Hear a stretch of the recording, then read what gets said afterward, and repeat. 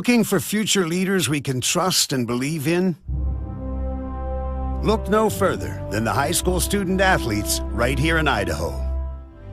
High school sports teach young people how to be effective leaders. It begins by making their grades and being on time for practice. It includes learning to listen, following directions, accepting responsibility, being a good role model. And it's about respect for officials, opponents, the rules, and each other. The result? It transcends sports. It gives us hope for the future. High school sports. There's so much more than just a game. This message presented by the Idaho High School Activities Association and the Idaho Athletic Administrators Association.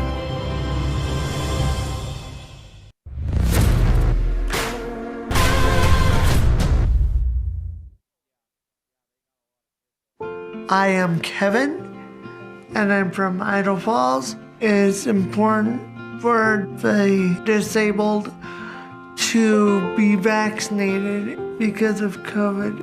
I chose to be vaccinated because I didn't want to be sick or in the hospital. Getting the vaccination, my experience was painless and worth it. It was a very wise choice. Dear Freedom, here's to more miles driven, more dollars saved, and more electrified vehicles than any other brand. Yours, Toyota Hybrids. Toyota, let's go places. As Idahoans, we're not afraid to take risks.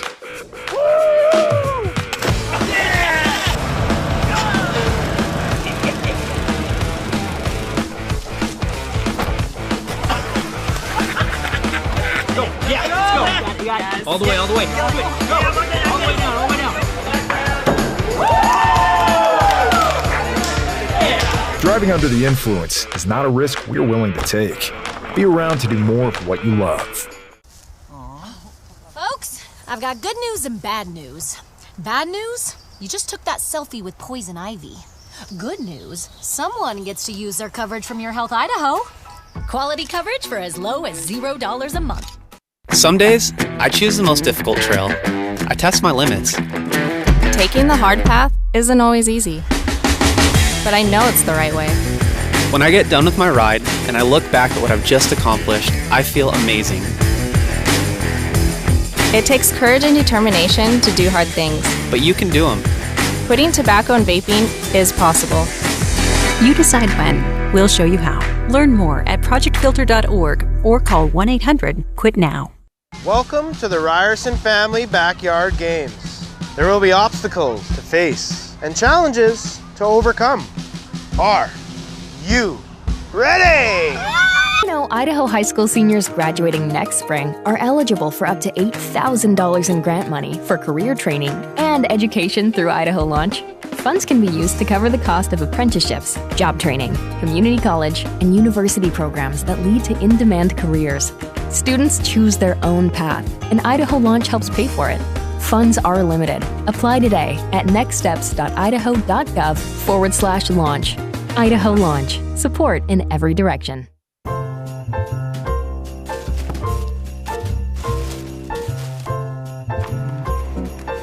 This is not what I asked for. Once again, we have contributed to your ideal college savings program. Love, Grandma and Grandpa. Give the gift of college savings this holiday season with Ideal, Idaho's 529 college savings program. Eventually, they'll appreciate it. I love it. Thank you. College costs money.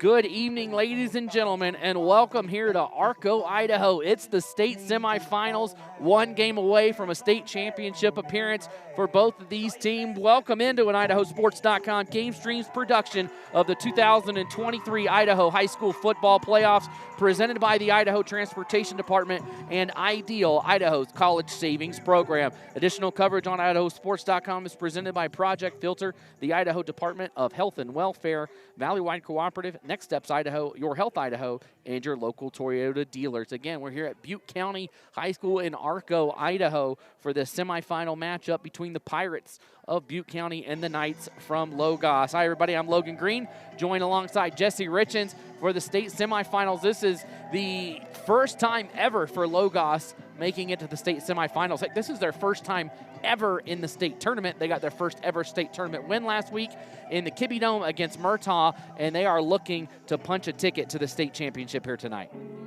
Yeah, and speaking of first, this is their first time here in Butte County, and we were talking to the teams earlier, and they're saying it's about an 8.5-hour drive down here. It is from Moscow. Now, I should have asked, and I thought of this now. I live in Middleton, and last night I saw some folks practicing at Middleton High School. I'm not sure if that was Logos or not. I can't imagine who else it would be. It was somebody coming halfway. Maybe it was Kendrick.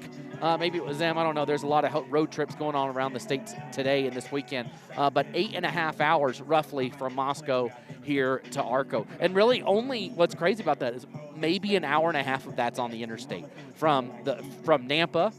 It depends on which way you go, but roughly from the Nampa area to Mountain Home, and then you hop off the interstate. So that's it, right? It's a long. I guess depending on which way you go, you could go up through Coeur d'Alene and down, and that would be mostly interstate. But the other way, 2-lane road, and that's it all the way.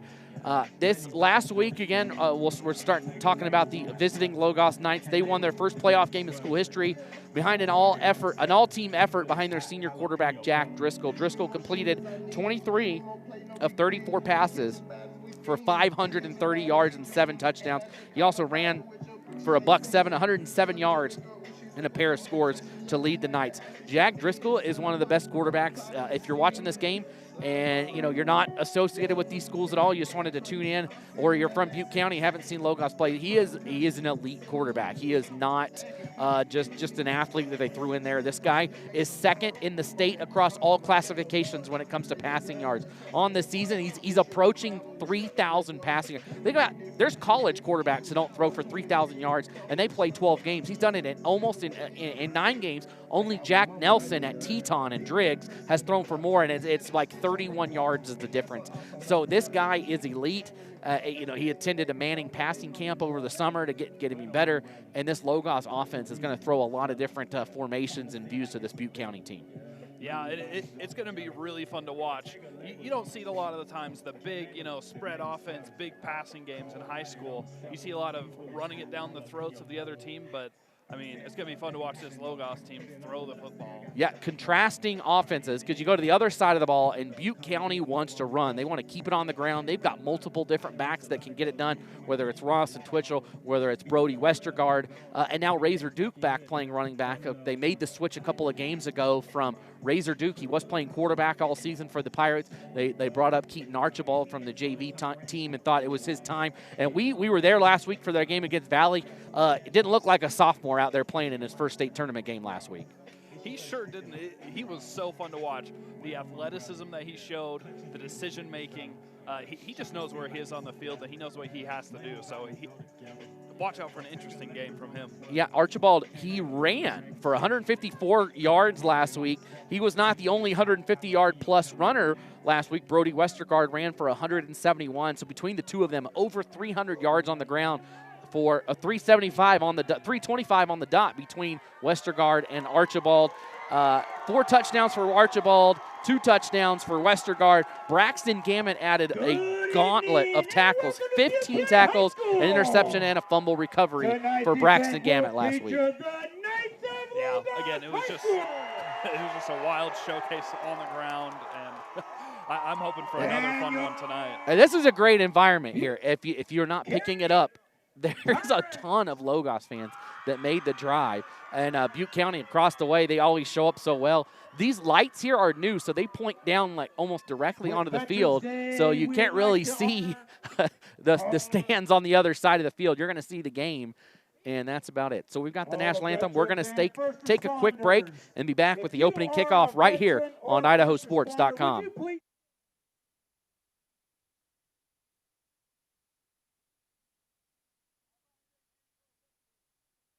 Actually, let's keep it here for a minute. They're giving a hand to the veterans here really quick. Fireworks just went off. Caught the Logos fans by surprise. They weren't ready. We're just going to keep it here for the national anthem. As we honor this great nation with our national anthem, sung by Butte County's very own Paige Williams.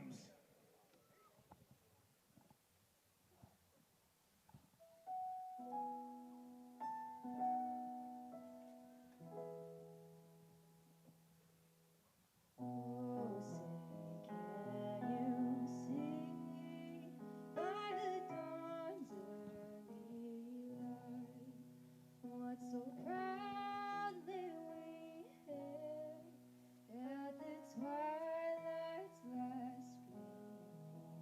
whose broad stripes and bright stars through the perilous fight, for the ramparts we watched were so gallantly streaming, and the rockets red glare, the bombs bursting in air, gave proof through the night that our flag was still there.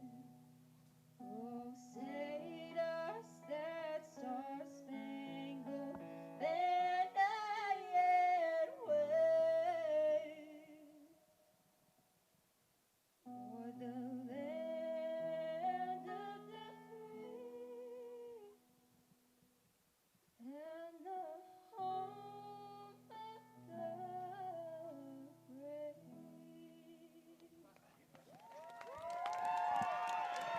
Give it up, Paige Williams! Well, that was awesome. That was a great job. Paige Williams from Butte County. If you couldn't hear the intercom behind us, you're probably going to hear a lot of that tonight through our microphones. But you can deal with it. Sorry, I just accidentally hit my clock camera. And let me introduce to you your Butte County. See, there's the lights going off here. Oh, there they are. See if we can get that back in.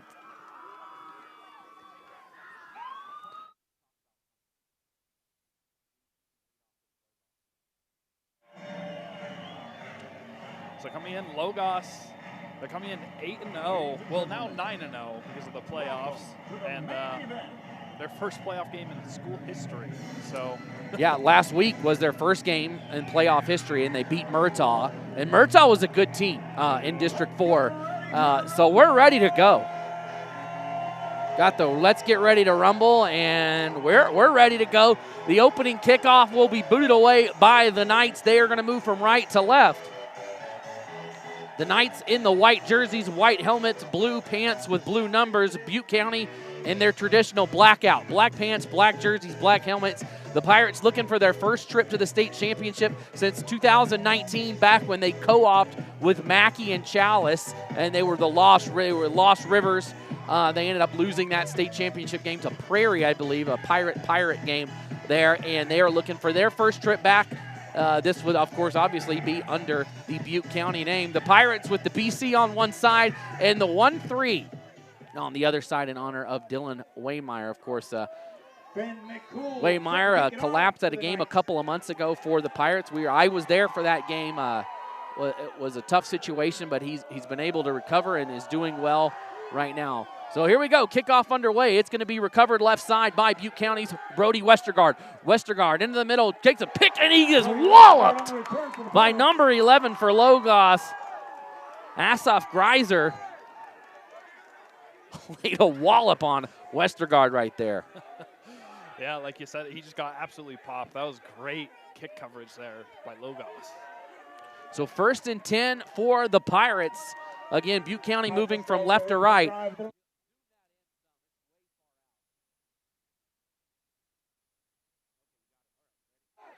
First down, Archibald under center this time. Westergaard coming around. They'll hand it off up the middle. Couple yards on the ground for Ross and Twitchell down to the 34-yard line.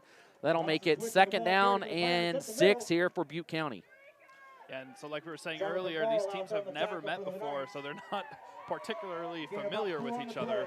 And that can go both ways, right? You can either be, you know what, I'm not, you know, sometimes you're familiar with the team, so you try to avoid something and you end up making a mistake. But tonight you're just going to go out and play. 2nd down. Archibald in the shotgun, hands it off to Westergaard. Westergaard hits a hole, and he's down close to the marker, down to about the 39-yard line. Needs the 40 for a first down, so it'll be 3rd and 1. Yeah, no surprises so far from Butte County. Just run the football. And that's what they want to do. And the thing is, with the way Logos plays, and they're going to score, they want to score. They put up a ton of points, and they do it through the air. We'll get to some of their stats when they go on offense. They're huge in terms of offense. Keep it on the ground and keep the ball out of their hands. Archibald up the middle, and he's got a first down and more. He gets about 5 yards on what was only intended to pick up maybe 1 or 2, but he picks up a big first down. We're just going to run the tush push there. It's become more popular lately, and it works right there. First down for the Pirates. And again, we've seen 3 different guys carry the ball so far for Butte County. Now I formation for the Pirates. Archibald waits the snap. He'll hand off to Westergaard. Westergaard's got some room. He's across midfield. He's across the 40, and Westergaard is off to the races. The 20, the 10. Touchdown, Brody Westergaard. Touchdown, Pirates. And just like that, Butte County comes out fast. Wow. I just love the drive design, you know. Teams come out with a plan to start the game, certain plays, and they ran it up the middle probably 3 or 4 times that drive, and then finally ran it to the outside, and it just worked perfectly to get that touchdown. So at the 10-12 mark, Butte County's number 2, Brody Westergaard, goes 65 yards, and the conversion, and this has been a Razor Duke goes wide. This has been an area of concern for Butte County. I don't know how, this is my 4th Butte County game this year. They struggle on these 2-point conversions. There has been many times where it's kept them out of games, or it kept a game closer than it should have been because of that. And they were in that Kendrick game. They're the only team, I'll say this, they're the only team to be able to, from my eyeballs, compete with Kendrick. And they were right there. It was a 1-score game in the second half. I don't think anybody else in the state can say that. I had Kendrick on the ropes. And they did, but again, got to convert those conversions. And of course, that game ended up being canceled about early in the 4th quarter. But that's something that they're going to need to convert because Logos is going to score. But Butte County comes out, didn't even take them 2 minutes to punch that one in from 60 yards out. Yeah, I mean, it's going to be tough, especially with the 8-man football where there's almost never a PAT. Like you're saying last week, Logan, you've never seen a PAT, but it's going to be big. So here we go, kickoff underway. This one a low one, still rolling on the ground, finally picked up by the Knights. They're going to move over here to the right side and brought down by Westergaard with the slam down. That was Sundley with the return, and he tried to go outside, and Westergaard seems like he is ready to go on that big stop. Runs 60 yards for a touchdown, and then comes out and makes the stop on the kickoff. 10:04 to go here in the 1st quarter. Man, you'd think he'd be a little tired. You'd think that. But like you're saying, I think he's just ready. All that adrenaline and for a playoff game. Again, Driscoll comes out. Driscoll on the year, 2,931 yards. He is number 21, so that unconventional quarterback number. Again, the Knights will send lots of formations, and here they go. They got a man to jump, and this is something that if you listen to the 8-man prepcast this week that Brandon and Stetson Spooner talked about, they talked about Logos and what they do pre-snap. And they make your defense guess. They are going to move the ball around. They're going to move personnel around and make you guess about what to do. And right there, it gets the Pirates to jump. Now a 1st and 5 coming here for the Knights. They'll bring another man in motion once again. Driscoll rolls to his right, looking to throw it. This one is caught, and that should be a 1st down up to the 35-yard line. Picked up about 5 yards, and that's all they needed on 1st and 5. And Logan, I've been doing this for a couple of weeks now, and it is very seldom that I have seen a quarterback alone in the backfield. Yeah, he is back there. They spread it all the way out. And that was Carlson on the catch. Came to the game 14 catches for 425 yards on the season. 9:41 to go. It is a chilly night here in Arco. Everybody bundled up, but it's football weather. Driscoll keeps this one himself. He goes right side. He gets past the first level down to about the 42-yard line. And Driscoll's not like he can't run the ball either. He ran for 1,100 yards so far this season. So, that's a gaudy number where you've got almost 3,000 yards passing and over 1,000 yards on the ground. You're doing almost everything to help this team. And again, you can hear the Logos. We're right in front of the Logos bench, and their fans have traveled extremely well, making a lot of noise. 2nd and 5 here for the Knights. Driscoll back to pass. He goes right side, and that one almost intercepted. Knocked away by number 9, Coden Croce. Knocks it away. It'll be 3rd down. Yeah, just a dangerous pass there by Driscoll. Sometimes it's hard to tell where your receiver's going to stop, but sometimes you got to throw a little bit earlier so the corner doesn't have enough time to react. Now, Croce almost jumped that. If Croce gets 2 hands on it and rips it away, he is off to the races. Oh, yeah. Not enough guys between him and the end zone. 3rd down, 3rd and about 5 here for Logos. Big 3rd down coming for the Knights. Driscoll back to pass. He's got a man open in the flat, and it's over the head of the intended receiver, number 34, Jonathan Morrill, and it's going to be 4th down here for the Knights. Yeah, and Driscoll might be a little bit upset with Morrill because he may have stopped running there for a second, tried to turn around and catch it, but, I thought it was a good play design. He had him wide open, maybe just a little too high. So 4th and 5, and it looks like the Knights, let's say this is probably about 4th and 4. Ball's at the 41-yard line. They need the 45-yard line. So 4th and 4 here for the Knights. As usual, Driscoll back alone, twins to either side. See, again, look, they're moving people around. Somebody moves up to the line. On the line, somebody moves back on the right side. This is the confusion that we talked about, and Butte County doesn't bite on it, and the Knights have to take a timeout. So you saw the far receiver stepped back. One of the guys on the line, the guard, stepped up. It alters who is eligible for that pass play, and, a lot of confusion there. Well, we've got a minute. We want to thank Pickles Place in Arco. They're proud to support the Pirates at the state tournament. Come on in to Pickles Place to grab a great homemade meal or specialty spice. Again, that's John's Spices. You can buy them right there. And as always, go Pirates. And this is the place the Idaho sports guys go before the game. I was there today, had my finger steaks this time. I switch it up. I get something different every time. Last time I got the burger. I don't know what they call it. The pirate, whatever the one with the egg on it is. I got the egg one. And then today I got the finger steaks. But anyways, Arco's best place to eat, Pickles Place. Be sure to check them out. And John's Seasonings as well. So both of those people, thanks for supporting the broadcast. Here we go, 4th down, and Logos going to come out now and try to go for it. And again, they do this shift once again. Waiting for the snap. Driscoll's going to roll to his left. Can he get the edge? He's got the 1st down across midfield.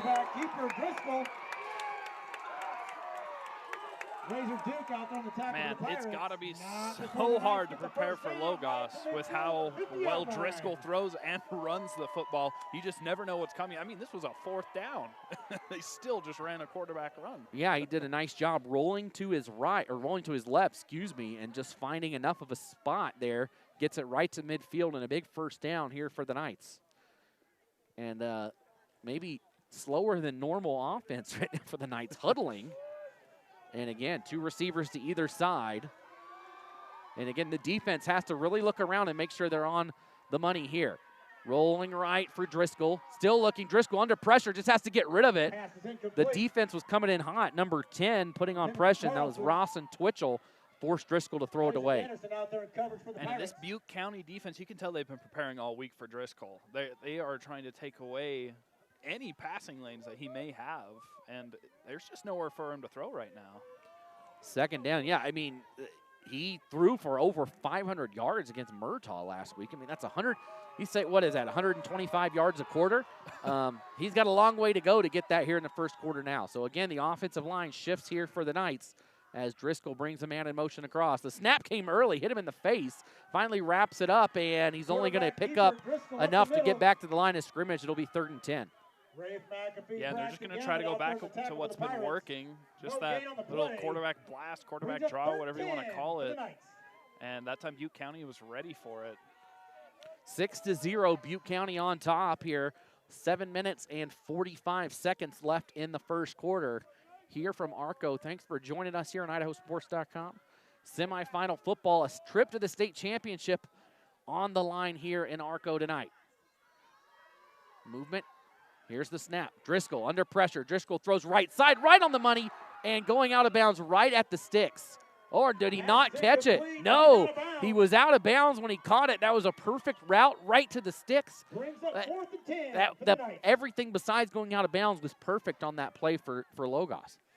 Yeah, I don't think he knew where his feet were when he tried to go up and catch the ball. And I was about to praise him for knowing where he was on the field, for getting to the sticks and then turning around. You know, you see so many guys turn around 3 yards short, but he went out of bounds. Can't do that either. So 4th down, the Knights are going to go for it as they shift and move folks around here now. Here's the snap. Driscoll under pressure. Driscoll, he gets hit as he throws it. It's incomplete, and the Knights turn it over on downs, and Butte County will take over in phenomenal field position to start things off here with 7:18 to go in the first quarter. Take over at the 50-yard line. And again, Butte County's just making things difficult for Driscoll. I mean, he looks around everywhere, every which way, and just can't find a guy to throw to. Butte County really prepared to stop the run and even the pass, especially the pass so far. I want to thank Hot Ink. They're the place to go for customized T-shirts and your Butte County gear. Be sure to give Hot Ink a call next time you need your next team or event T-shirt. Hot Ink. And Archibald rolls left, and he is thrown down in the backfield. Big stop back there by number 34, Jonathan Morrow, for the Knights. And maybe that's a spark. The Knights need something to go right, and a big stop on defense can help get things started. Right. If you're the Knights, what you need right now is a mistake by Butte County. Interception, fumble, and that one kind of started out with a mistake. It was kind of a bad snap to start. Kind of ruined the play from there on. 2nd down, 2nd and 13. Archibald rolls right, looks for a hole. He's got it, and Archibald's in the second level. Archibald off to the races, the 20, the 10, the 5. Touchdown, Butte County. Holy cow. Archibald goes 53 yards to pay dirt, rolled to his right, waited, and that was perfect run. He waited for the blockers. He didn't cut early. He waited for it to open. When it opened, he took it to the house. Yeah, and they ran one of my favorite plays, the speed option, and Archibald makes the perfect decision not to pitch the ball, and he kept it, and once he hit that burst, he was gone. So Keaton Archibald, here's the 2-point conversion, and Westergaard gets it in this time. Westergaard, the ball carrier, extra try is good. So it's good, 14-0. So 6 minutes, 30 Logos trails now to Butte County as the Knights have given up 2 huge plays. Butte County scored from 63 yards and now 53 yards to make it 14-0. All right, and now some sponsors for Logos. Strom Electric has been serving the Palouse and Camas Prairie regions since 1938, providing electrical wiring for all sizes of projects and well pump installations. Strom Electric is licensed and insured in Washington and Idaho. When it's time to renovate your home, business, or to install a well water pump system, call them at 208-835-2331. Strom Electric, strong supporters of local high school sports. ATC Communications, a family-owned internet company and phone company that has served Idaho communities for over 90 years. They are proud supporters of their local schools and want to wish the Butte County boys good luck here at state. I think it's ATC probably. I saw them running some fiber both sides of town. I think probably them running it. I'm guessing. I just can't imagine what else they would be digging up the side of the highway for. So here we go. Here's a kick. This one slow and rolls again. Finally picked up at the 20-yard line for the Knights, and a nice return of about 12 yards. This one again returned by number 55, Henry Sundley. So the Knights will take over. They went for it on 4th down at midfield last time, couldn't convert. Took Butte County just 2 plays to punch it into the end zone. And Logos is going to have to go to some of their favorite plays on this drive. You're in a deficit, 14-0 right now. You're trailing, and you just need to find some of your favorite plays to run, get some guys open. So this time the Knights put some guys in the backfield with Driscoll, 2 to either side, or 1 to either side, 2 receivers up top. Driscoll trying the hard count here, finally takes it. He'll roll left, looking to throw deep across the middle. He's got a man open, and it's caught. Oh, he dropped it at the end. That was a great play to Ben Carlson, and Carlson had it in his hands. He was hit by Razor Duke, Razor Duke was the guy there who made the hit, and as he came down to the ground, dropped the ball. Yeah, and Driscoll is just going to drop back there and kind of look for one of his biggest guys down there and throw it up and hope he can grab it. But like you said, great defense there to knock that ball out. 6:11 to go in the first quarter, 2nd and 10. Driscoll with the snap. He goes right side. They set up a screen, and it's dropped. He could hear the footsteps, could Ezra Schaefer.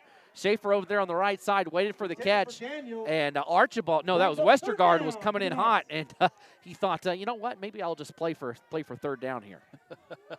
Could have been that, or it is freezing cold right now. We're about 30 degrees, and sometimes it can be hard to catch that And football. This is where running the ball is beneficial, right? And we talked about this before the game.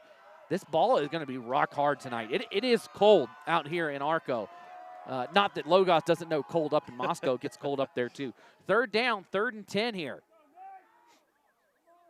Driscoll moves a man in motion. Gets the snap, looks right, going to go deep this time, and overshoots everybody. It is intercepted by Westergaard. Westergaard picks it off, just falls right into the breadbasket, and now to add to his his touchdown tonight, he's got an interception, and Butte County will take over 1st and 10 at the 29-yard line. 28-yard line. Man, Westergaard is already trying to get that Idaho. He is. Hey, Franklin Building Supply is a proud supporter of local student athletes and all of the building professionals in Eastern Idaho. Their friendly and knowledgeable team is ready to help make your project a success from start to finish. Franklin Building Supply in Pocatello, worth the trip. 1st down here. Archibald gives it right side here to Westergaard. Westergaard waits for the hole. It doesn't open. Nice job. He does pick up 5 yards on the play, but the Knights, good job staying home and staying with him and not letting that hole develop. It's really fun to watch these players and just how patient they are. Sometimes, you know, as a runner, you get a little impatient. You just want to run straight down the field. And that's why Butte County has scored their 2 touchdowns, because they've waited. You wait a couple of seconds right here, maybe 1 or 2 Mississippis, and then all of a sudden you have a huge gaping hole. So 2nd and 5 here for Butte County. This time they'll hand it off, and the Knights in the backfield, they're going to bring him down. Nowhere to run for Ross and Twitchell. Twitchell's going to lose about 2 yards, and that's what the Knights needed. Now it's 3rd down here for Butte County. Yeah, you're just going to see great penetration from the Knights. That's what they've been needing in this game so far, because Butte County has been running it very well. So props to the Knights for getting that penetration and stopping it right where it started. The 2 touchdowns for Butte County have come wide, but the Knights doing a great job from Logos of going inside and stopping them there. Archibald back to the shotgun this time. He sends Razor Duke out to the left. Duke catches it on the screen, and he's wrapped up. Logos with a huge stop on 3rd down. They're going to go backwards all the way back to the 30. It's going to be 4th down and about 8 yards here for Butte County. I can't imagine the Pirates going for it in this position. So Logos turns the ball over and then they quickly stop Butte County on 3 and out. That's exactly what Logos needed in this situation. I mean, sometimes you just have those unfortunate events where you throw an interception or you get a fumble, but, I mean, great showing by the defense. And, you know, it can be so hard to come out after that, after your offense just gives up a turnover and you've given up 2 touchdowns quickly, but now you get the stop. Westergaard will punt it away. And a flag comes out, and this is not a great punt. This is going to hit at the 50 in a roll. Takes a great Butte County roll, and will die at the 36-yard line. But there was a flag pre-snap here. There's a flag on the play. Usually he waited right until it was snapped. So I'm guessing it was an illegal formation of some sort, yeah. Illegal formation on the Pirates. And Logos declines it. I think that's a good call. The punt was not that great. It's actually not that bad. So they're going to start over at the 30. They're going to start at the 36-yard line. 3:46 to go here for Marco in the first quarter. Yeah, and last week we were in the dome, Logan, and the balls were bouncing everywhere. And for a moment there, it almost looked like the turf again because it bounced pretty well. Yeah, that one, it died right there. We saw almost a 70-yard punt in the dome last week. So first down here for the Knights, 36-yard line. Driscoll gets the snap. He fakes it right side. He wants to go deep, doesn't go. And the screen pass gets through one defender, looking for the second and close to the first down marker to Ryan Daniels. So Daniels goes outside, and it's going to be second and very short. So earlier I said Ezra Schaefer. They both were 12, but he's not called up. Sorry, that was Ryan Daniels. It's the 12. Oh, okay. I said that wrong. They've got 2 12s on there, but I marked it off. So here we go, second down and short. The playbook is open for Logos here. Again, they shift the line here. They bring Daniels in motion, and up the middle is Driscoll. He's got a first down and more. He's across midfield, down to the 46-yard line, first down Knights. Yeah, most of the time teams run the ball to open up the pass. But, I mean, we just saw here the pass open up the run for Logos. Yeah, because they want to throw it. That's what they want to do. And when they run it, it's going to come off. And that's what makes it dangerous, right? When you've got Driscoll, he's your main guy. He's going to run it. Over 1,000 yards on the ground. He wants to run it as well. And you don't know what he's going to do back there in the backfield.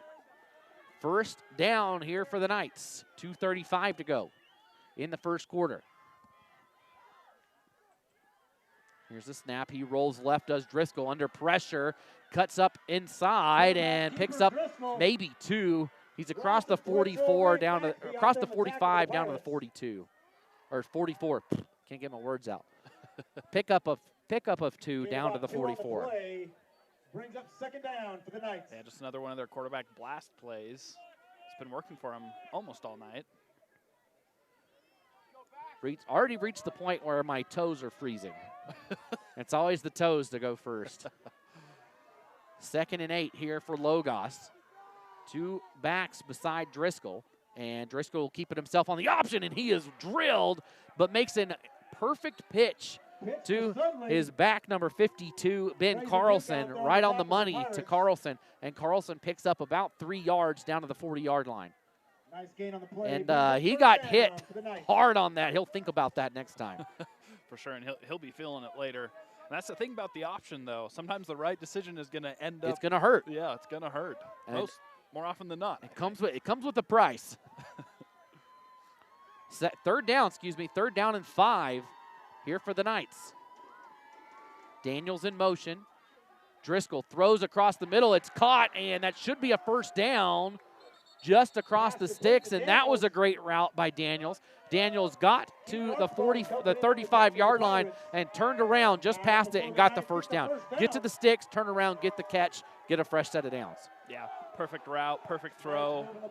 You can feel the Logos offense is starting to heat up as they're completing passes, getting big runs. So a fresh set of downs here, 1st and 10, ball at the 35-yard line for the Knights. the deepest that they have been inside Butte County territory. Some pressure here on the blitz for the Knights, or for the Pirates, going back to pass. He's got a man, and it's knocked away. What a deflection by Westergaard. Driscoll rolling to his left, and a great pass intended for number 10, Lucius Comas, and Comas was there. The pass was there. Westergaard just got his hand in at the exact right moment. Yeah, I mean, that's a hard throw to make. It is. He was rolling to his left, and still he got it down there, but again, great defensive effort to stop that.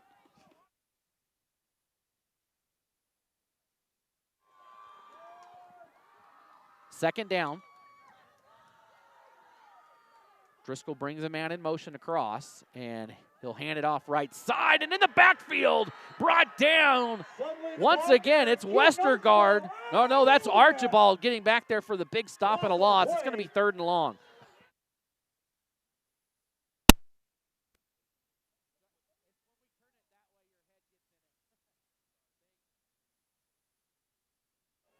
Big stop in the backfield. Now it's going to be 3rd and 15.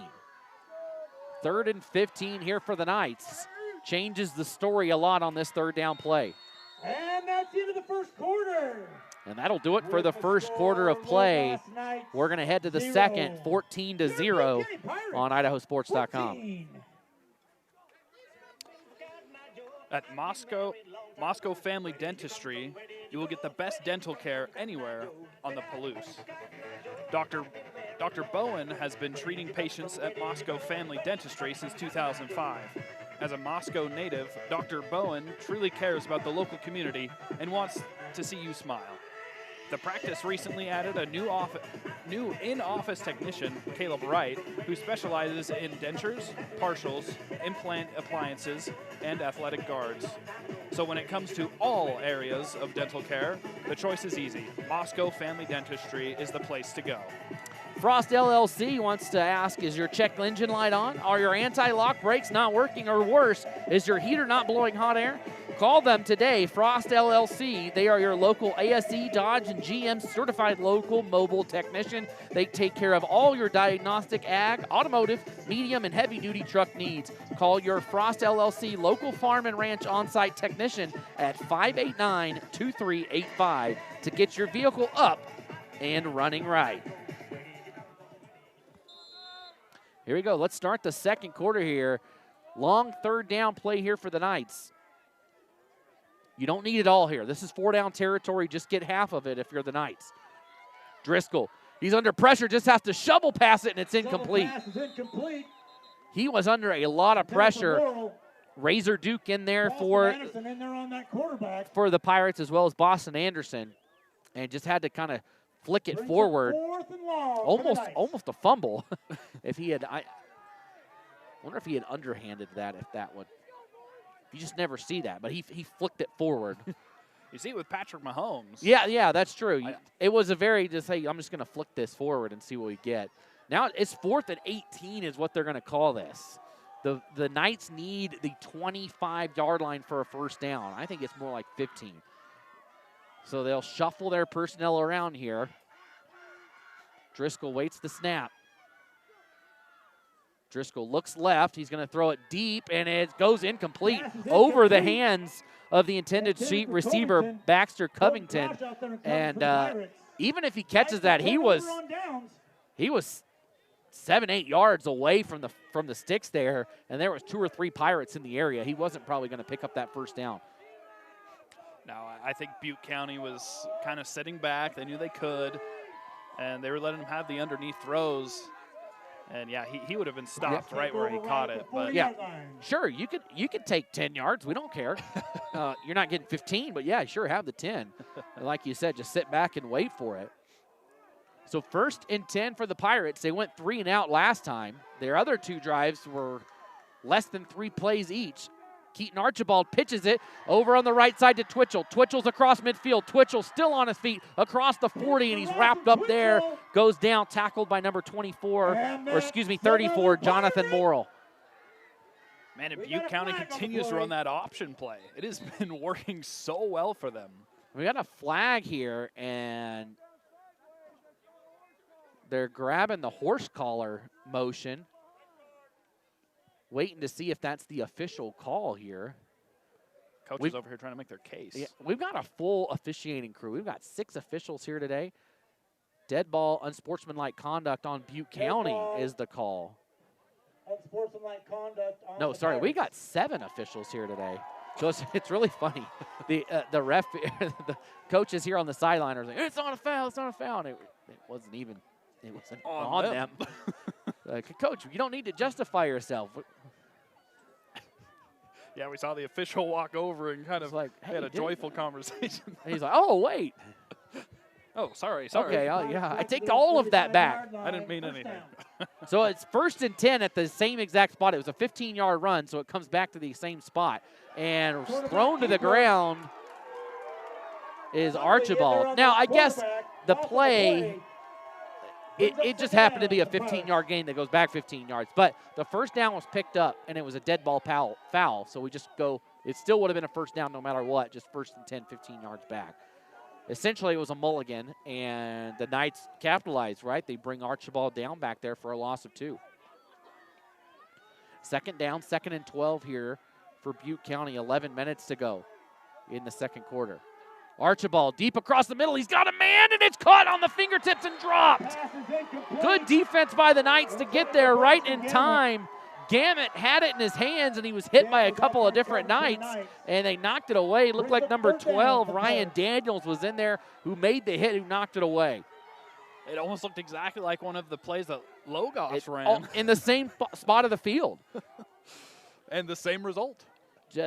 I thought that pass was in a better position. It was in front. You know, you can catch it on the run. And Gamet had it in his hands, but a big hit knocks it away. And now it's 3rd and long here. The Logos defense has come to play since giving up those 2 big scores. That may have been the first throw by Butte County. I think it was. Archibald looking to throw now, sets up the screen. Got a block, got 2 blocks, and got the first down. Ball carrier on the catch. Grosh has got the first down for the Knights, or excuse me, for the Pirates, and they move the chains. And that's another Pirate. And again, it was a screen pass here to the left side, and he waited for his blockers. He got 1 block, took it, waited for the second block to get picked up, split the 2, and picked up a first down. Yeah, a lot of times people might think football is just all about, you know, just run as fast and hard as you can, but there's a lot more that goes into it, including patience. Archibald will go under center this time. He has Razor Duke behind him, and he'll pitch it to Duke. Duke's got a blocker in front of him. It's Westergaard. Westergaard still on the block, and here comes a flag. Razor Duke, the ball and you can see it's Max Hawthorne has got his hands up for Logos. I think Westergaard held him, but it's funny. He was pushing him forward, but they're going to say he had jersey as he pushed Hawthorne forward. So it is going to be a hold. So we'll see where they decide that hold occurred. 10-yard penalty from the spot of the foul. So they're going to say it occurred roughly 7 yards downfield. No, about 9 yards downfield, because now it's going to be 1st and 11. So a couple of penalties here for Butte County, pushing the Pirates back and negating big plays. Here's the snap. They'll hand it off right side to Duke again. Duke goes down the sideline. Duke is knocked out of bounds around the 35-yard line. They'll call it the 37. Pick up of about 6. It'll be 2nd and 5. That was a heck of a run. He just didn't want to go down. Got the outside edge just enough to be able to pick up some yardage. So now 2nd and, we're going to say that was a gain of 7. It's 2nd and about 4 here for the Pirates. 10:09 to go here in the second quarter on a cold, chilly night in Arco. Here's the snap. Archibald rolls left. He's going to pitch it, and right on the money to Westergaard. Westergaard's across the 20, across the 10, and he goes in for the touchdown. Brody Westergaard, his 2nd touchdown of the game, this one from 36 yards out. Man, and Logan, we did their game last week, and I do not remember this many option plays. No, they must have seen something that they liked in the Logos defense, because here at the 9:59 mark, they go up 3 scores. Westergaard's 2nd touchdown of the game. So 2-point conversion here to come. And Archibald keeps it himself, leaps across the line, and goes down, not able to convert. Again, only 1 for 3 right now, and a penalty flag is down. An illegal shift on Butte County. Logos won't accept that. So it'll stay at 20-0. And again, only 1 for 3 for Butte County on those conversion attempts. Hey, Ivy's Market is a proud supporter of Butte County Athletics. At Ivy's Market, you'll find a great selection of all your grocery, meat, produce, and bakery needs. Ivy's Market is your local hometown grocer, serving our great community since 1989. They wish the Pirates the best of luck at state this year from everyone at Ivy's Market. At Erber Auto, they know that each of their customers has unique needs, expectations, and resources in caring for their vehicle. That is why every visit gives you access to seasoned professionals that want to understand you and what you look forward to partnering with you, getting to know your vehicle and ensuring that it is always ready to help you accomplish your goals. Here's the kickoff. It rolls down and dies around. And it comes out, and Butte County is going to fall on this maybe. No, they do. The Pirates recover it. It looked like for a while they had it easily, but couldn't pick it up. Nobody could pick it up, and I think Butte County has it. And oh my goodness, when it rains, it pours for Logos right now. You can't pick it up, and we've seen that a couple times in the playoffs. I saw Dietrich do it to Council a couple weeks ago. The kickoff just died, and nobody picked it up for Council. And Dietrich picks it up, and almost the same thing here. You got to run up to that ball. You can't let a kickoff come to you. And all of a sudden, now inside the red zone, the ball on the 20-yard line for Butte County. Yeah, that's just an awful mistake. You can't treat it like a punt. It can't bounce. You have to go recover the ball. So Archibald comes down the shotgun, and this is a dangerous take-a-shot time.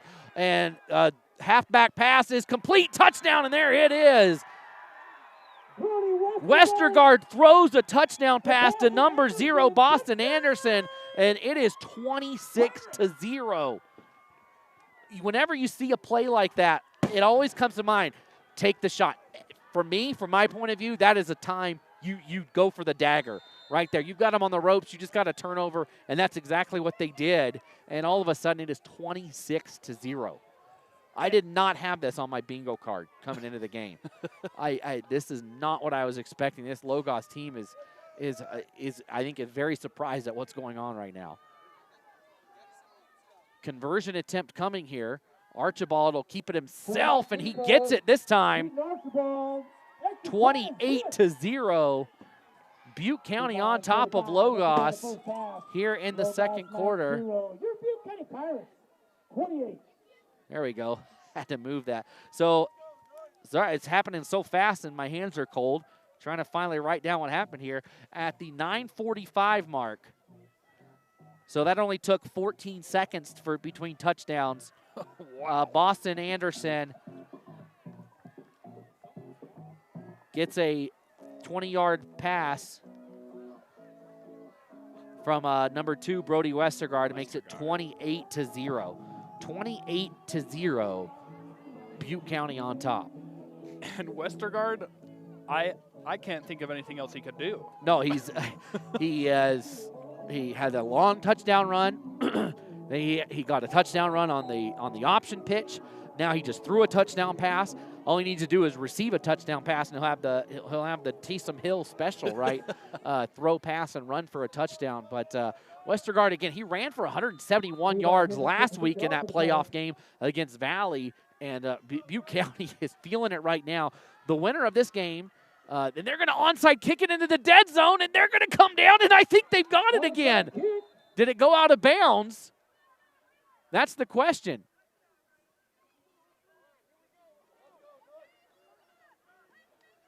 I thought Butte County got the ball. I thought so too. The ball must have gone out of, but there would have been a flag if it went out of bounds. So I'm very confused. If it went out of bounds, there should be a flag, but there was no one there for Logos. All right, it's first down Logos. Don't know. We don't know how, but it is. Maybe they magically, there was somebody over there that had it, and I didn't see it. Maybe we just couldn't see him because there was a swarm of There was a lot of jerseys over there, so maybe just got bumped forward. Driscoll going to look to throw. He goes right side. He's got a man across the middle, and it's popped in the air and almost intercepted by Anderson. Or excuse me, that was number 9 that was back there that almost picked it off Cross. Man, it is hard to be down by this many points and try to regain that momentum, especially when you have dropped balls. And they had it. They got down 14-0, and they got themselves together, had a couple of stops, and then Butte County just answers, and then a turnover, and just like that, here's a pass right side, incomplete. Carlson, the intended receiver. The winner of this game plays Oakley. Oakley won last night. They punched their ticket. The Hornets have won 3 straight state championships at the 1A D1 level. They are going for their 4th straight state championship. Now, I have seen Oakley this year. I have seen Butte County. If Butte County were to prevail in this game, I think they would have a great shot. Not that Oakley's obviously a great team. They were the #1 team in the state. They probably are not as much of a #1 as they have been in past years. Here's a pass out to the right side, and they've got it in the flat and close to the sticks. I think they got the first down. They are right at it, and that's a big first down for the Knights. They could not afford to give the ball back to Butte County right now. Yeah, and I think what we're seeing from Logos right now is they're just trying to get Driscoll in the. They are going to give him the first down. Oh, I thought maybe it wasn't a first down for it. It wasn't as easy as I thought it was, but they do give them the first down. Wow, yeah, first down. And again, I think they're just trying to get Driscoll warm with these shorter passes. Sometimes you just need to see a complete pass. That's all you need. It's just like in basketball. I mean, you see the ball go through the hoop, and then we know, okay, we can do this.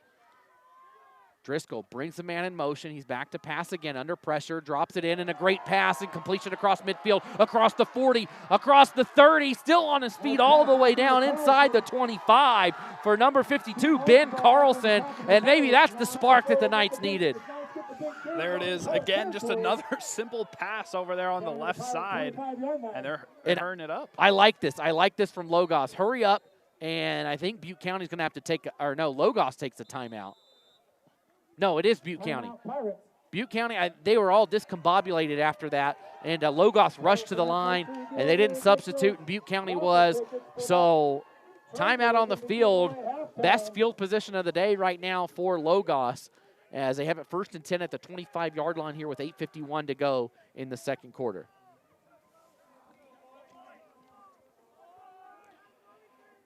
Kestrel Realty Group is Moscow is proud to support Knights football. Let them be your guide to your real estate goals, and go Knights. Thanks again to all of our sponsors. If you're listening to this game tonight and you're a Logos fan or a Butte County fan and you win this game and you want to go on and you have a business that you want to be part of the state championship, just give me an email. It's Logan@IdahoSports.com. We'd love to have you on next week for the state championship game. If you're not already on, of course, we'd love to have you be a part of that. Again, Logan@IdahoSports.com if you're interested. And as well, if you're interested in being a power booster, we'd love to have you on. Just send me an email and we can talk about it and show your support on IdahoSports.com.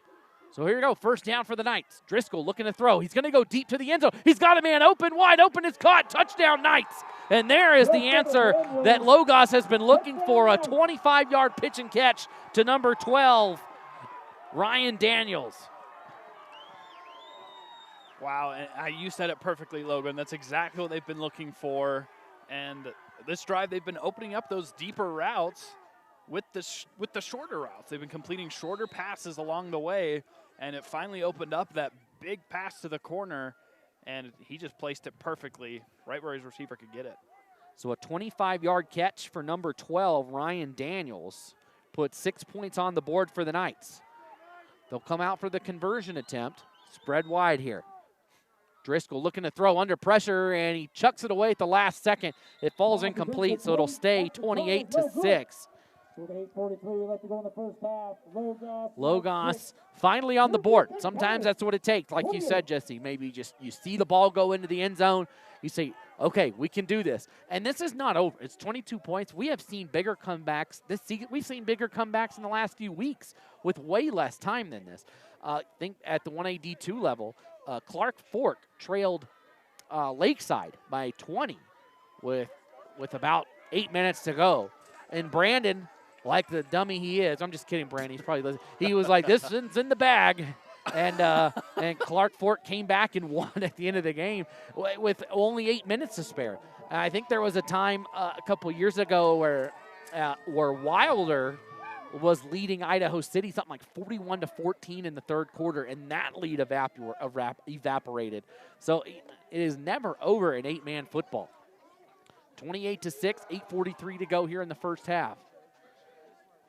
Thanks for joining us here on IdahoSports.com for the state semifinals here from Arco on a chilly night in eastern Idaho. Again, the Knights took the 8.5-hour drive to get here to Arco, and this one is going to die at the 5-yard line. Westergaard picks it up there. Westergaard, he cuts inside across the 20, and a little momentum building right now.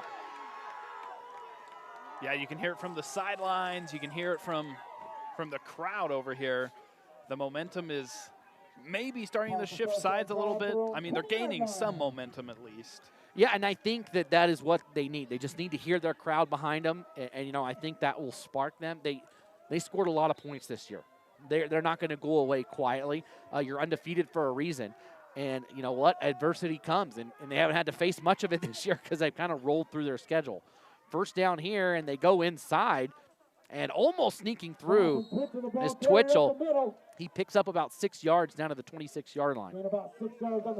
All that misdirection even threw me off with the camera. Sorry about that, guys, but it happens. You see it all in the NFL where it's, oh, that play's going the other way. Oops. Yeah.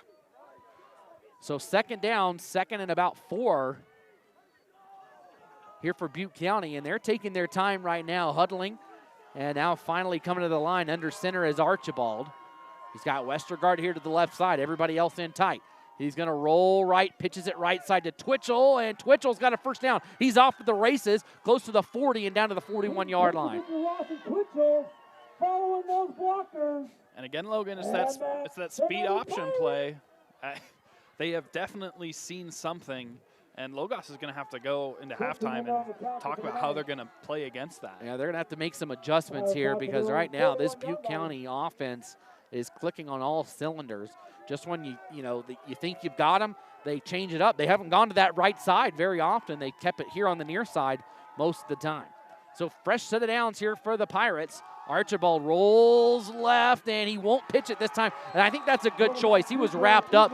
Great job by the low-cost defense, led by number 10 that time, Lucius Comus. Comus was behind, and if he pitches that, I think Comus gets a hand on it, knocks it down.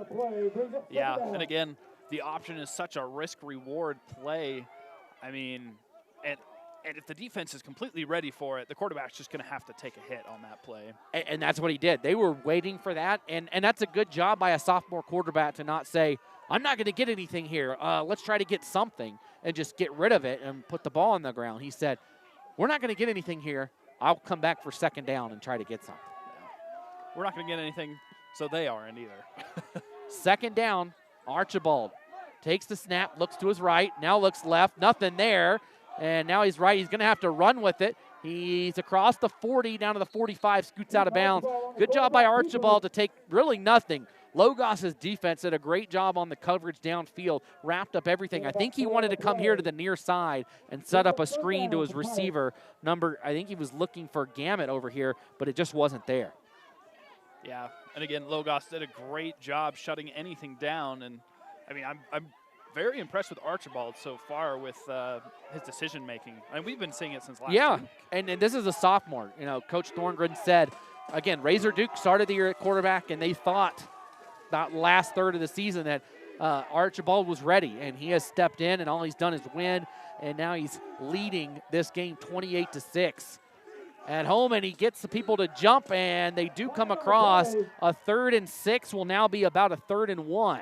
Offsides on the night. I think it might be 3rd and 5. This is going to be very close. They're going to mark it just across midfield. It's 3rd and a half a yard. I imagine we'll just see him come out and do the tush push here. Just get that first down, reset your downs. 3rd and short here for Butte County.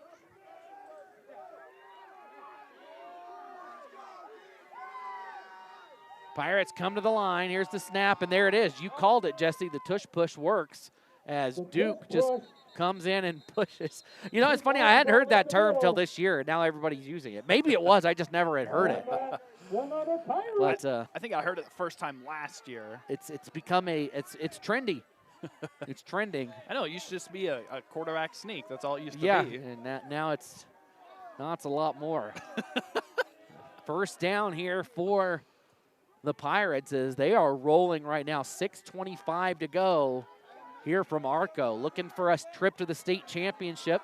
It'll be at Holt Arena, no matter who it is. Here's the handoff. No, he keeps it himself, does Archibald, but Logos all over it, and he gets through 2 defenders, and he's off to the races. He's down to the 30, and he'll scoot out of bounds at the 25, and he's hit late out of bounds. I don't think it was intentional, just 2 players falling down. And wow, what a move by by Archibald to get around those 2 defenders. He was dead in the water here on the near side. I really thought the play was going to end after, I don't know, 2-yard gain he had there, but I don't know how he did it. I thought he was just going to give up, say, all right, I'll cut my losses. But he fights through it and gets down to the 30-yard line. 1st and 10, down to the 25-yard line as Butte County knocking on the door of the red zone once again. Archibald gets the snap quickly over the left side to Westergaard. Westergaard pushes forward. He's close to the marker. He might be there at it at the 15-yard line. Yeah, I'm kind of surprised they didn't go with a shot play there. Yeah, after a play like that, and it's a hold. This one's going to come back. Hold. Holding on the Pirates. Just helping out PA here, doing my job. Don't worry, I didn't see it either. They help us out. I didn't see the flag come out. I'm not trying to. The officials have been great tonight, I think.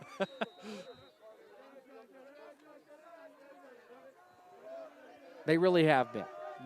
I'm not just joking. They've been great, made great calls, and we just did not physically see the flag. No. Archibald rolls right, and he finds the gap, and he takes it down to the 20, and here comes another flag. This one, and sometimes you see the flag on that when you take your time like that, when you wait for the hole for so long, you can only hold a block for that amount of time. Before you start grabbing, and this time, oh no, this is a chop block, so this is going to come back even further for Butte County. So it was first and 20. This is going to be 1st and over, or at least 30 here. Again, they need the 15-yard line for a first down. Let's see where they spot this thing. They're still going backwards. Yeah, this is probably going to come around the 45-yard line. And that's exactly where they're going to start. So it's 1st and 35. Oh, my. 1st and a half-country mile. Yeah, 1st in Idaho Falls here for Butte County. So they're all the way back, standing on that 13 logo in honor of Dylan Waymeyer. Here's the snap. Trick play here. Westergaard comes near side. Westergaard, one man to beat, and he can't. Nice job on defense by Logos. Number 12, Ryan Daniels, with a huge stop in the backfield. Westergaard loses about 5 yards, and now it's 2nd and 40. Wow. And now it's 2nd and it was 1st and 30. Now it's the ball's at midfield. They need the 15. So that's 35. There we go. I can't do math. 1st and 35.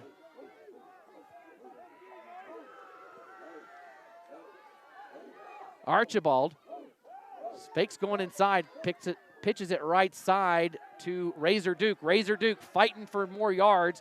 He gets to the 45-yard line, but that's it. Now it'll be 3rd down and 30 at the 45. They need the 15. Yeah, we see some of these coaches getting a little frustrated with the tackling. I mean, some of these players, they're running through tackles, breaking tackles. I mean, it's kind of hard to make tackles out here in the cold. It is. But right here on this play, if I'm Logos, I don't know. It's easy to sit back and let them pick up 10, 15 yards. I would bring some heat here. Force a turnover, force a punt. 3rd down. And whistles blow. This is probably offensive. Let's see. False start it is. So it'll be 3rd and 35 again. It's going to take a huge play to get beat on this if you're Logos. So you might as well, that's what I would do. I'd bring some pressure right here. See if you can get Archibald to make a bad choice or throw it. Because if they pick up 15 yards here, they're going to go for it.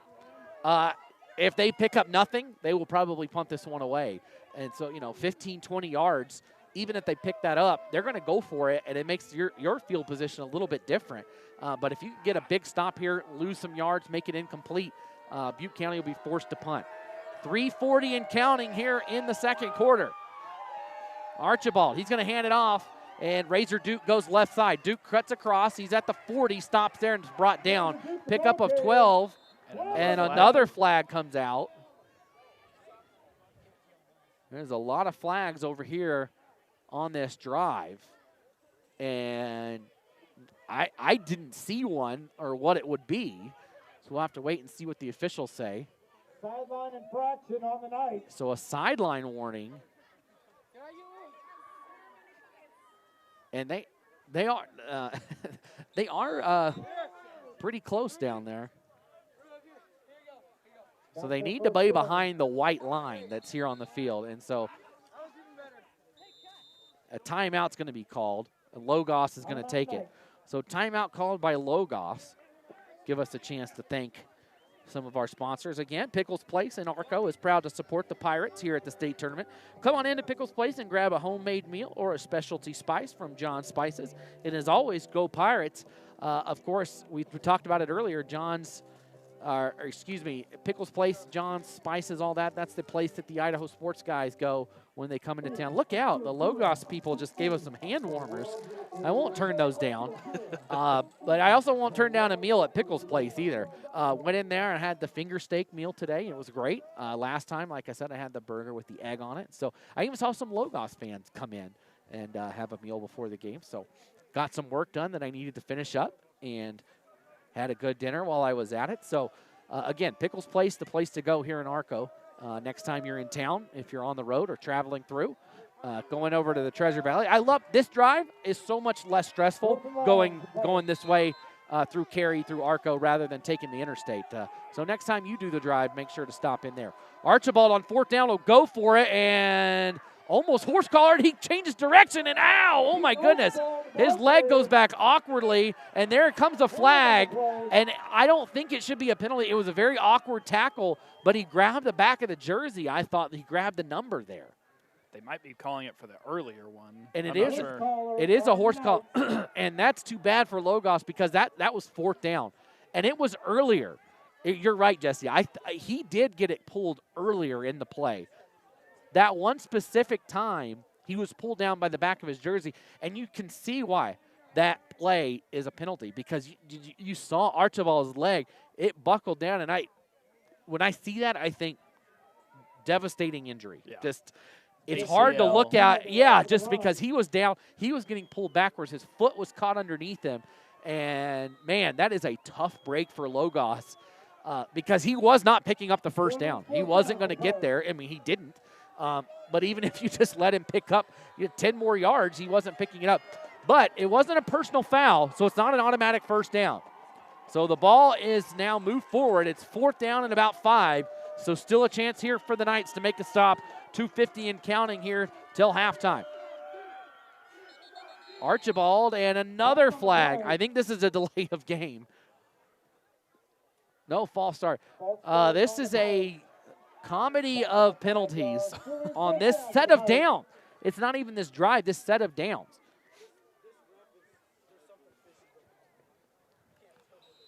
This, yeah. And it's just A lot of penalties. So here we go. We'll redo the 4th for the 3rd time. So the 3rd time we'll do this. 4th and 10 now for Butte County. Clock's still rolling here. They've got to be happy with that, though. A couple penalties, and they've eaten probably a minute and a half off the clock just on these penalties alone. 2 receivers here to the near side for Archibald. He's going to throw it. He looks to pass across the middle. He's got Westergaard. It's caught. Westergaard is going to go into the end zone, and there's the trifecta. He's got a receiving touchdown, go along with a passing touchdown and a receiving touchdown. Brody Westergaard from 25 yards out punches it in. There you go. We have our high school Taysom Hill. Wow. And all of that was a lot of work to get that set of downs taken care of. My goodness, 34-6 now here at the 2:05 mark. I don't think I've ever seen that long of a set of downs ever. Yeah, at one point it was 1st and 40, and Archibald goes in. It's good. So 36-6.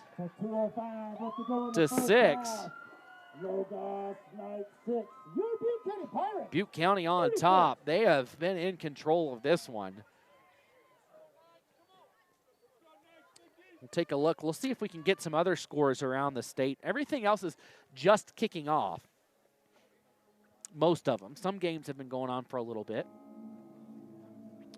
Let's take a look here. Sugar, Salem, and Weiser. The Sugar Salem Diggers are up 19-0, and they look to head. that is a that would be their 6th straight state championship appearance for Sugar Salem. North Fremont and Westside, that looks like it's at halftime. I can't. They're running their commercials right now. We'll check back in on that one when we have a chance. But right here, 36-6. Butte County on top. They are in control, and they are looking to head to the state championship game the first time in a couple years since, again, they were the co-op Lost Rivers with Mackey. This kickoff is short, and it dies, and Logos got to pick this one up. They finally do, and under pressure, and going to be brought down at the 30-yard line.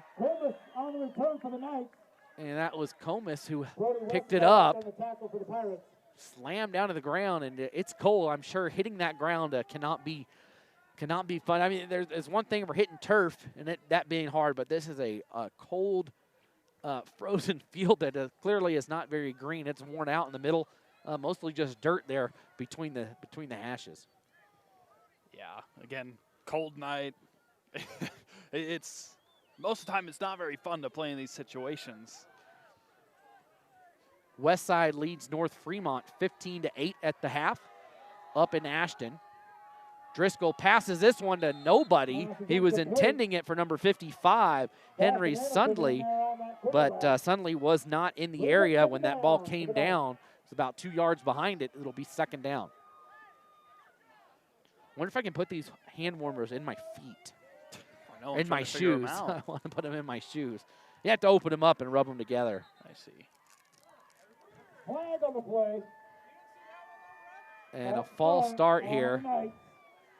And players are throwing their fanny packs, whatever you want to say, hand warmers all over the place. This is the 3rd or 4th time I've seen the official have to bring it to the sideline.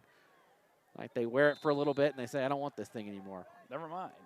2nd and 15 here for Logos. Driscoll looking to throw right side and almost intercepted by Brody Westergaard. That would have been his 2nd interception of the game. So he has 4 things. He has a receiving touchdown, a rushing touchdown, a passing touchdown, and an interception on defense. That is an incredible stat. It's not even halftime. And he's got all 4 of those. Just wow. Driscoll back to pass on 3rd down. He comes here to the near side and knocked away by the receiver. Westergaard was in better position to catch that one. Knocked away by number 10, Lucius Comus, and it's 4th down, 4th and 15. That is 2 plays in a row where Westergaard almost had another interception. Probably should have had both of them, just couldn't come down with it. I guess you never should have an interception, right? It's your job is to not have the defender catch it. You did your job, but that's just icing on the cake, I guess. So 4th down, it looks like Driscoll's back to punt.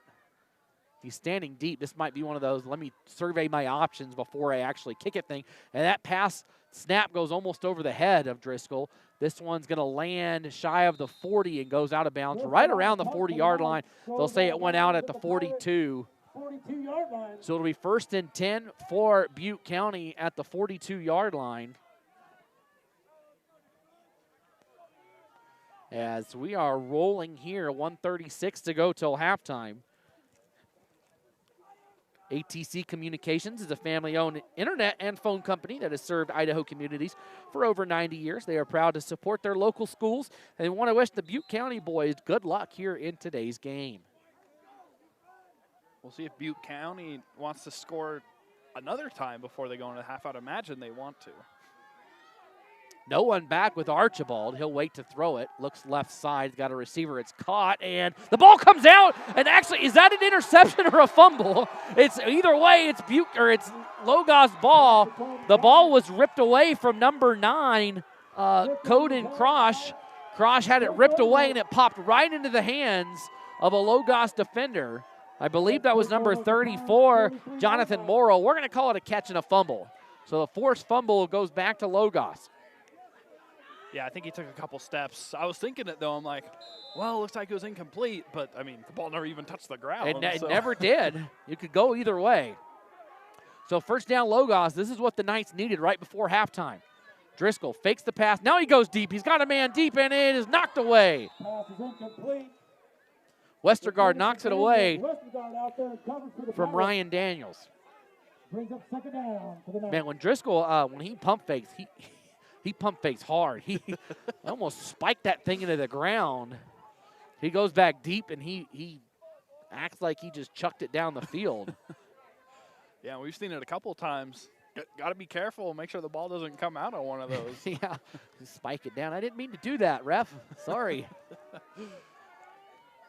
2nd down, 2nd and 10 here for Logos. Again, they have not had any forward momentum on this drive. Here's a pass right side, and now they've got some. It's caught on the outside, and before going out of bounds, a pickup of about 3 yards by Daniels. Taking him out of bounds.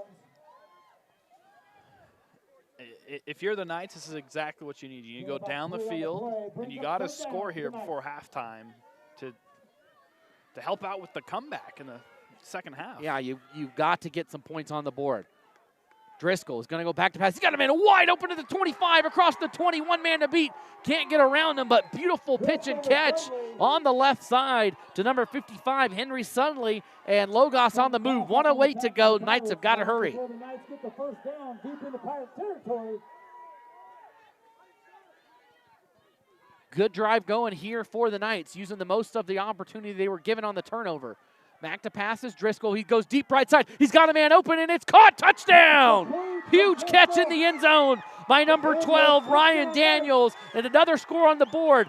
The Knights convert on the turnover, and that's what you got to do to make a comeback. Convert on the opportunities that are given. Yep, it's exactly what Butte County was doing, just converting on the mistakes that the Knights had made, and now the Knights return the favor after the interception or fumble, whatever they're going to call it. And they just go down the field and score. 55 seconds to go, a 20-yard pitch and catch. Here at the 55-second mark.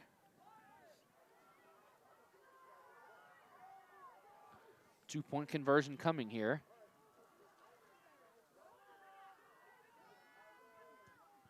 Waits the snap, Driscoll. Driscoll rolls to his right, wants to throw it back in zone. Oh, too far.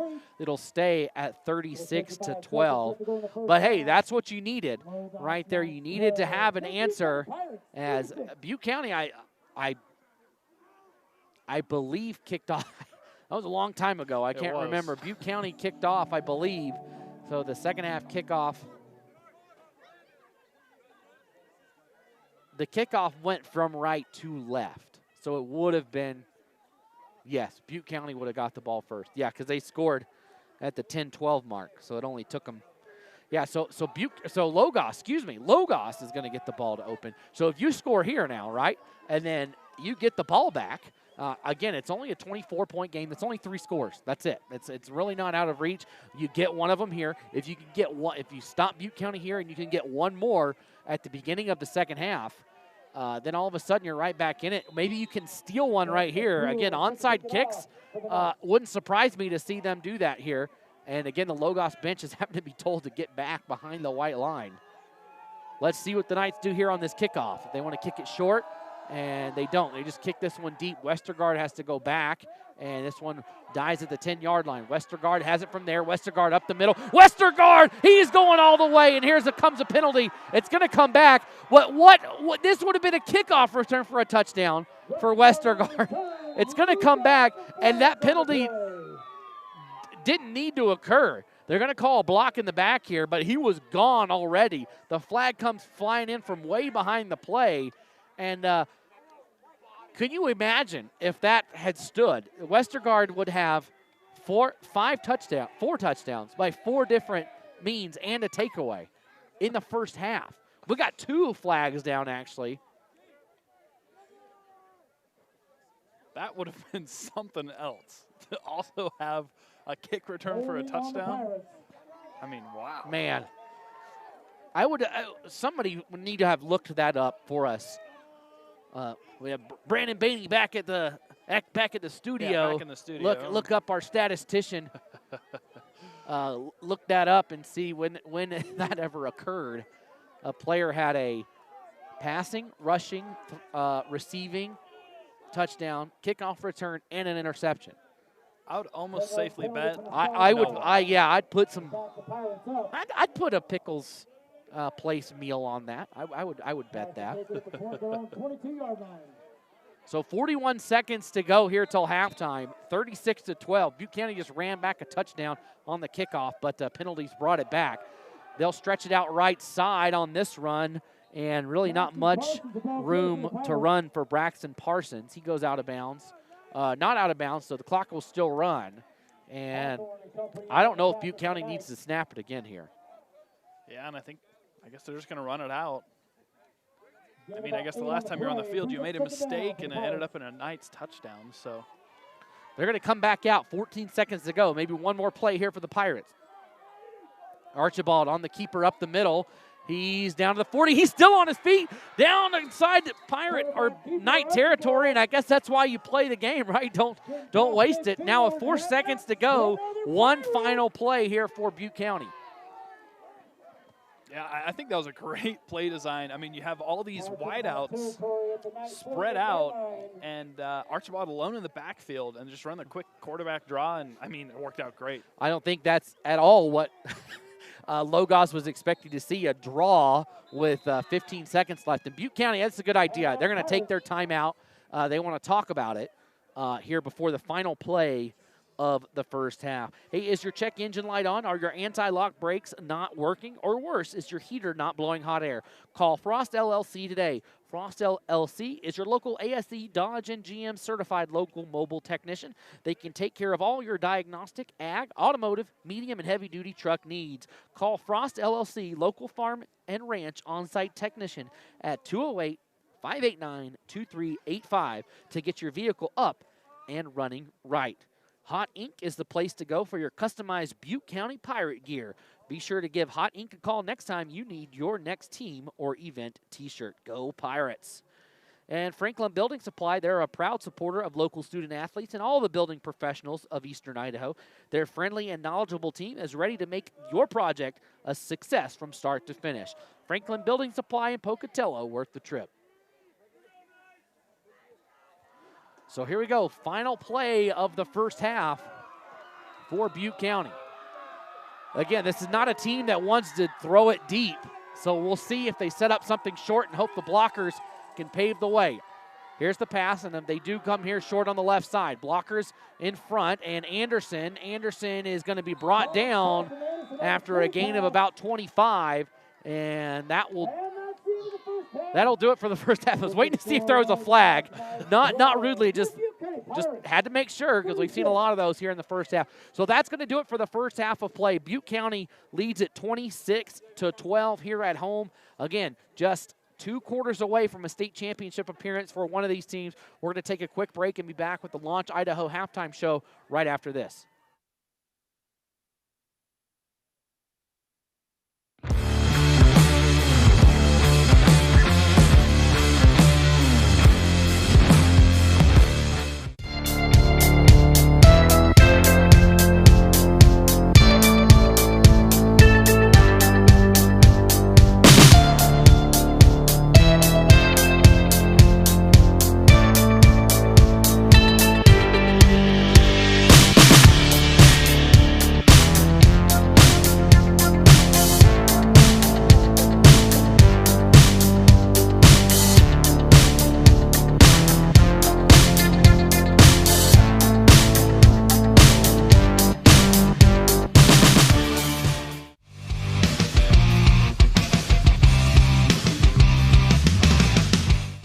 As Idahoans, we're not afraid to take risks.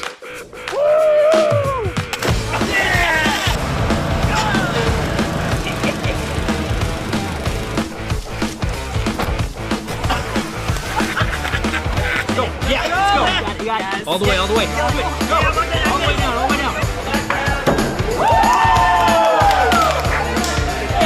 Driving under the influence is not a risk we're willing to take. Be around to do more of what you love.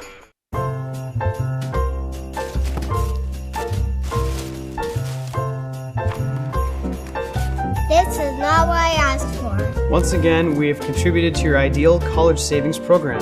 Love, Grandma and Grandpa. Give the gift of college savings this holiday season with Ideal, Idaho's 529 college savings program. Eventually, they'll appreciate it. I loved it. Thank you. College costs money. Dear Exit Strategy, all your pieces are in place. Thanks for being there when I need you most. Always Toyota SUVs. Toyota. Let's go places. I am Kevin, and I'm from Idaho Falls. It's important for the disabled to be vaccinated because of COVID. I chose to be vaccinated because I didn't want to be sick or in the hospital. Getting the vaccination, my experience was painless and worth it. It was a very wise choice. Former regional champ and back in training. That's commitment. Ow. Tough start. This is not as easy as it used to be, folks. And she's off. Obviously pushing through some pain. Every muscle is begging her to stop. How's she doing this? I'm not even sure she knows. Look at her go. And stop. Come on. And go again. It's literally the home stretch. Whoa. She made it. Feel the elation. What fuels that kind of fire? Idaho Sports Nation, Ideal, Idaho's education savings program, is a proud partner of IdahoSports.com and an ideal way to save for college. Did you know it only takes $25 to start an Ideal 529 savings account and you get tax benefits? There is no better time than today to start saving for college expenses for you or for a loved one. Information and a full disclosure statement, including risks, terms, and conditions, can be found online. Please read carefully before investing. idsaves.org. Go save for college and go Idaho student athletes. We're Valley-wide cooperative. For 100 years, we've been your first choice for residential and commercial propane, fuels, oils, and lubricants. We service HVAC, install water heaters, propane tanks, and accessories. And yes, we'll even deliver right where you need it. Because for us, serving is more than a job, it's a way of life. We are proud to employ your neighbors and to be a cornerstone of your community. We're Valley-wide. Yesterday, today, and tomorrow. We're here for you. Vaping sucks you in quick, and the more you vape, the harder it is to quit. Not to mention all the chemicals and health problems. That's why thousands of teens are joining My Life, My Quit. Visit mylifemyquit.com or text Start My Quit to 36072. Dear Detour, you asked us to measure up. So yeah, we did. When life slings you mud, sling it right back. Stay strong. Toyota trucks. Toyota. Let's go places. Folks, I've got good news and bad news. Bad news? You just took that selfie with poison ivy. Good news, someone gets to use their coverage from Your Health Idaho. Quality coverage for as low as $0 a month. We do things differently in Idaho. Sometimes we go east to find west, where muddy trails meet huckleberry smiles, stars shine electric, and the wind smells like destiny. Sure, our traffic jams are strange, and not all our steaks are ribeyes. But wherever we go, our eyes never leave the road. Belts strapped and dreams packed, no distractions, no phones, focused. From here to there, it's who we are.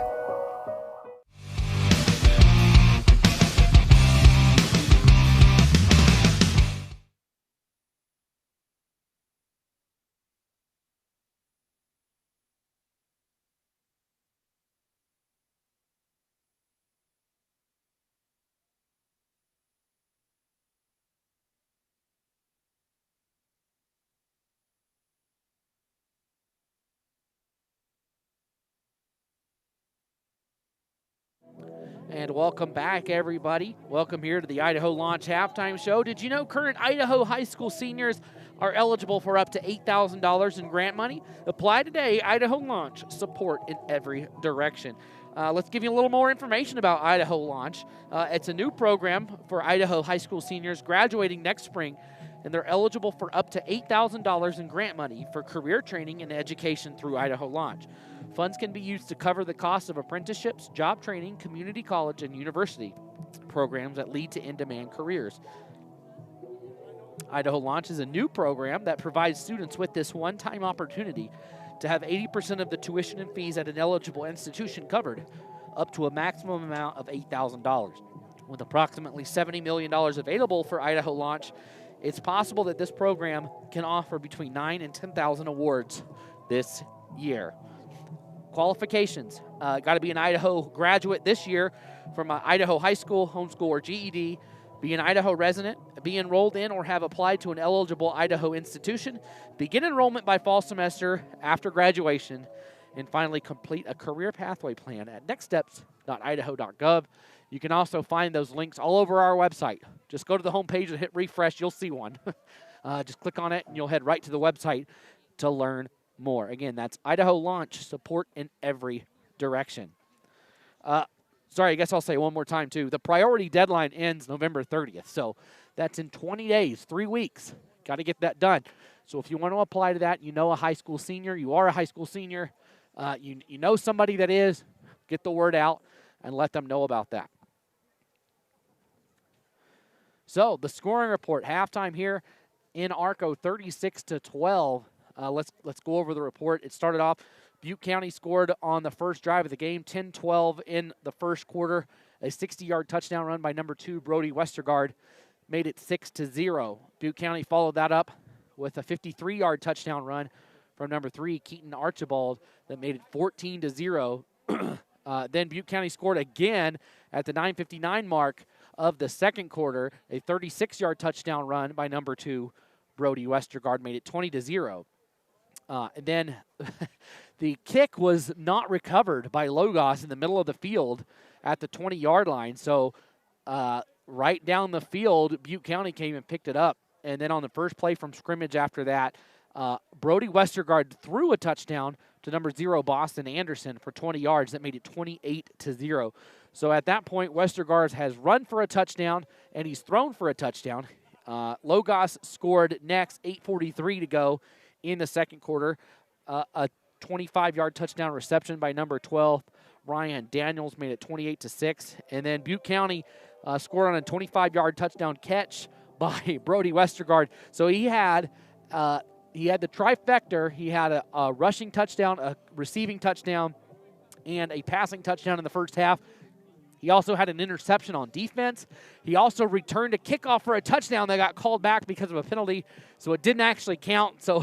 But he did return it back, so obviously aided by penalties, so that doesn't really count too much. Butte County then gave up a touchdown a couple minutes later to the Logos Knights. Butte County fumbled the ball on a play as they were going down the field. They fumbled the ball, and so the ball went back over to Logos. They quickly scored on a 20-yard touchdown reception, again by number 12, Ryan Daniels. that gave us our score that we have now, 36-12 here from Arco. The Knights really have struggled. They got behind a lot early. It was 28-0 at the beginning of the second quarter, and I think that really stunned them. But since then, since it was 28-0, they're winning the game 12-8, right? Since that moment where, that 28th point came after the turnover. That was the home run shot that Butte County took, kind of the dagger. And since then, they've held very strong. They've been able to stay in it and keep their arms linked and actually have led the game for the, and that happened at the 9:45 mark. So for about the past quarter, Logos is playing a game where they're leading. If you take away everything else, and I think that is something to build on. If you're Logos, you're going to get the ball here to start the second half. It's a 3-score game, 24 points, that's 3 touchdowns and 3 conversions. It's not impossible yet. You score here, you force a turnover, all of a sudden it's a 1-score game. That's what you got to do if you're Logos. I think you got to score here and you got to force turnovers. Yeah, Logan, you said it perfectly. We were talking about it earlier, and this game definitely is not over yet. I mean, there's 2 full quarters to play, and Logos has the opportunity to come back and win this game. But if you're Butte County, the thing you want to do, you want to run that clock down. I mean, we already know Butte County's great at running the football. So if they continue to be great at doing that, they can chew that clock as much as they want. They can. And one area of concern that sure. Water. Sorry, we're taking our order. Angie's hooking us up here again. I'll take a cheeseburger, sure. Yeah, same. Yeah. Yeah. Actually, I'll have a Pepsi. Do you have that? Or I'll take whatever. I don't really care as long as it's not. Yeah, whatever. How about root beer? Yeah. Yeah. We'll be waiting for it. Yeah. Angie McAfee, the athletic director here at Butte County, taking orders for us. I have never done a game here and not have Angie come up and ask me what I wanted to eat. So, sorry for that interruption, but it's worth it. We got to eat too. So again, if you're listening to this game, you're more than likely a small town football person, right? This is a 1A D1 game. You don't, and I'll say it, you don't get this treatment at the bigger schools. It is. This is what you get when you're at a small school. You get treated so well. Angie has done so much for us every time we do games here. Everybody at Logos has been so accommodating. We did 3 or 4 games at Logos this year, a couple of broadcasts for the Knights. We actually did their inaugural football broadcast 3 years ago against Timberline from Weippe. We did that broadcast. So, we've been along the ride with both of these schools for a long time over the last couple of years and could not have been treated any better by both programs. So shout out to you Logos fans that are listening up in Moscow. You have a great team, great community, great fans.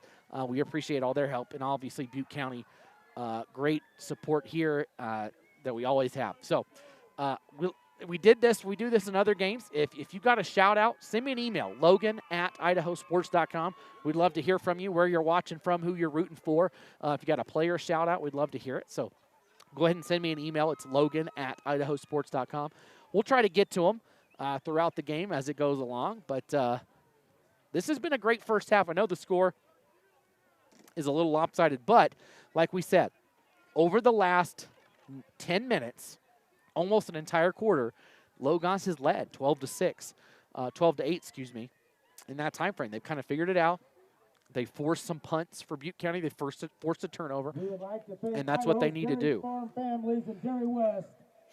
Yeah, I think that may have been the message from the head coach at halftime. He said, "Hey, look, guys, these last couple minutes that we've been playing, we've been in the lead. We've been stopping them on defense. We've been scoring on offense, and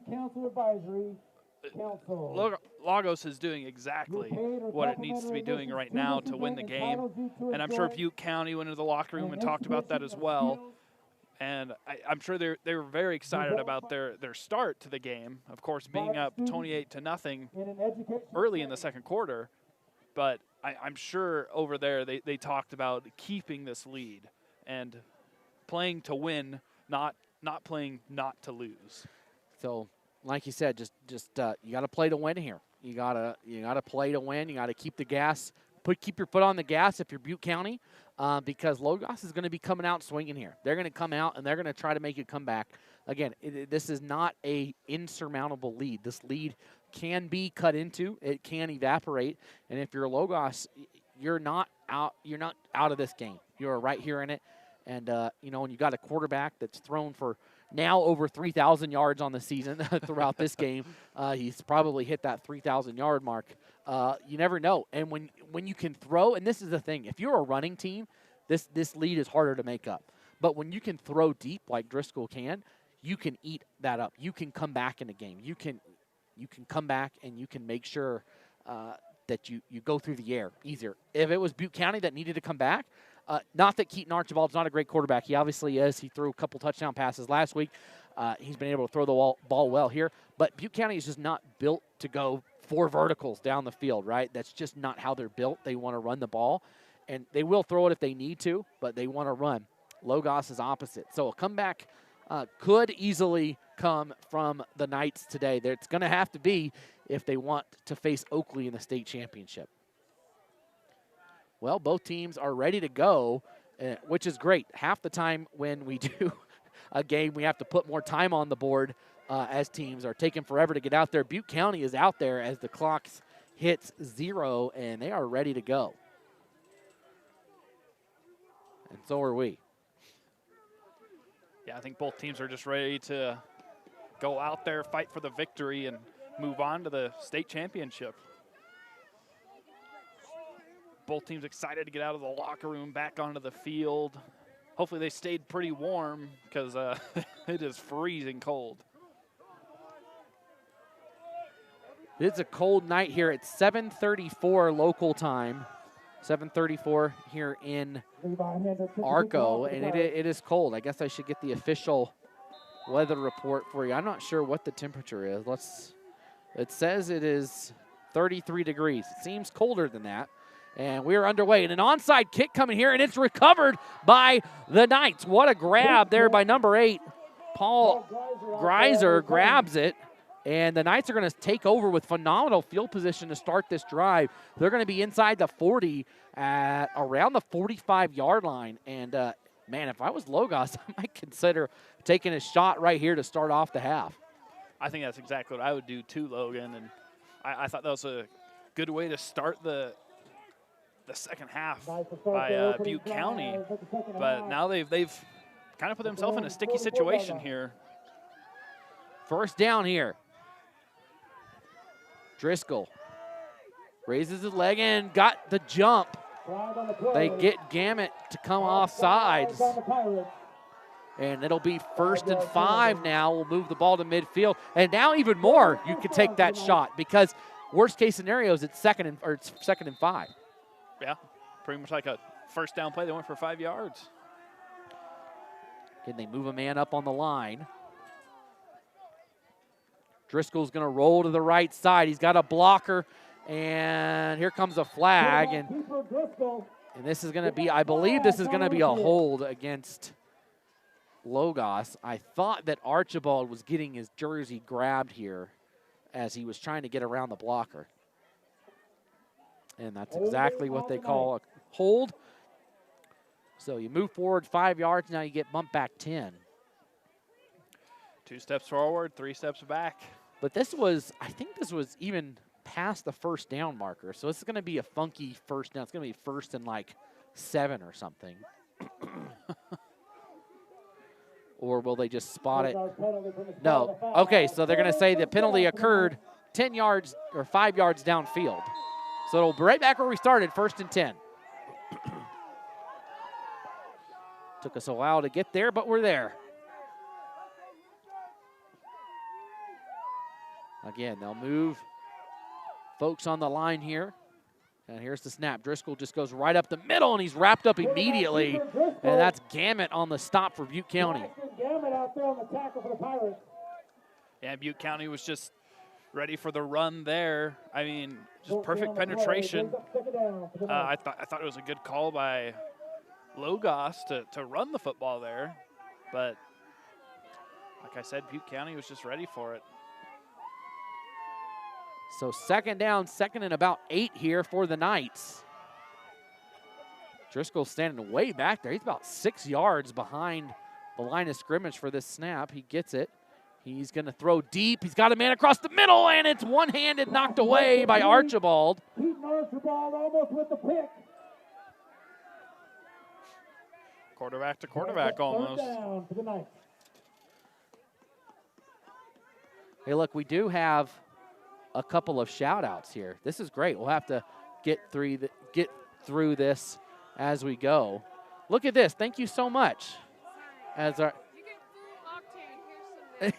thank you. We got Uber Eats in the house, courtesy of Angie McAfee here to us. We'll put those there and pray they don't fall. They're on the ledge. Last time we were here, Paul dropped his internet box off this ledge, so we'll see what happens. Third down, 3rd and 8. Driscoll back to pass. Driscoll goes right side, and he's got a man first down. Huge catch right on the right sideline by Ryan Daniels, and a first down for the Knights again. And this is what I think Daniels has done perfectly tonight. When he needs a first down, he goes to the sticks and he turns around. He doesn't turn around early. He gets right there to where he needs to be and picks up the first down.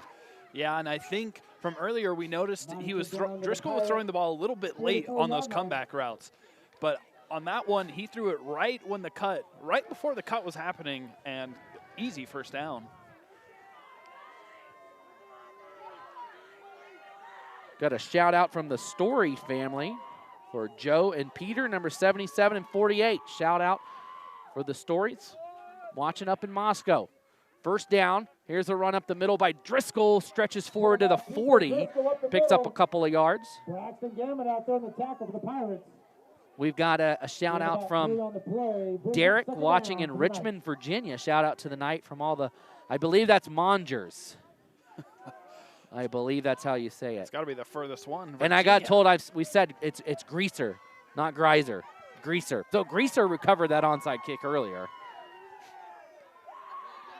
So it's second down, 2nd and 6 here for the Knights. Driscoll goes left side. It's caught across the 40. Some room to run across the 30. Still on their feet.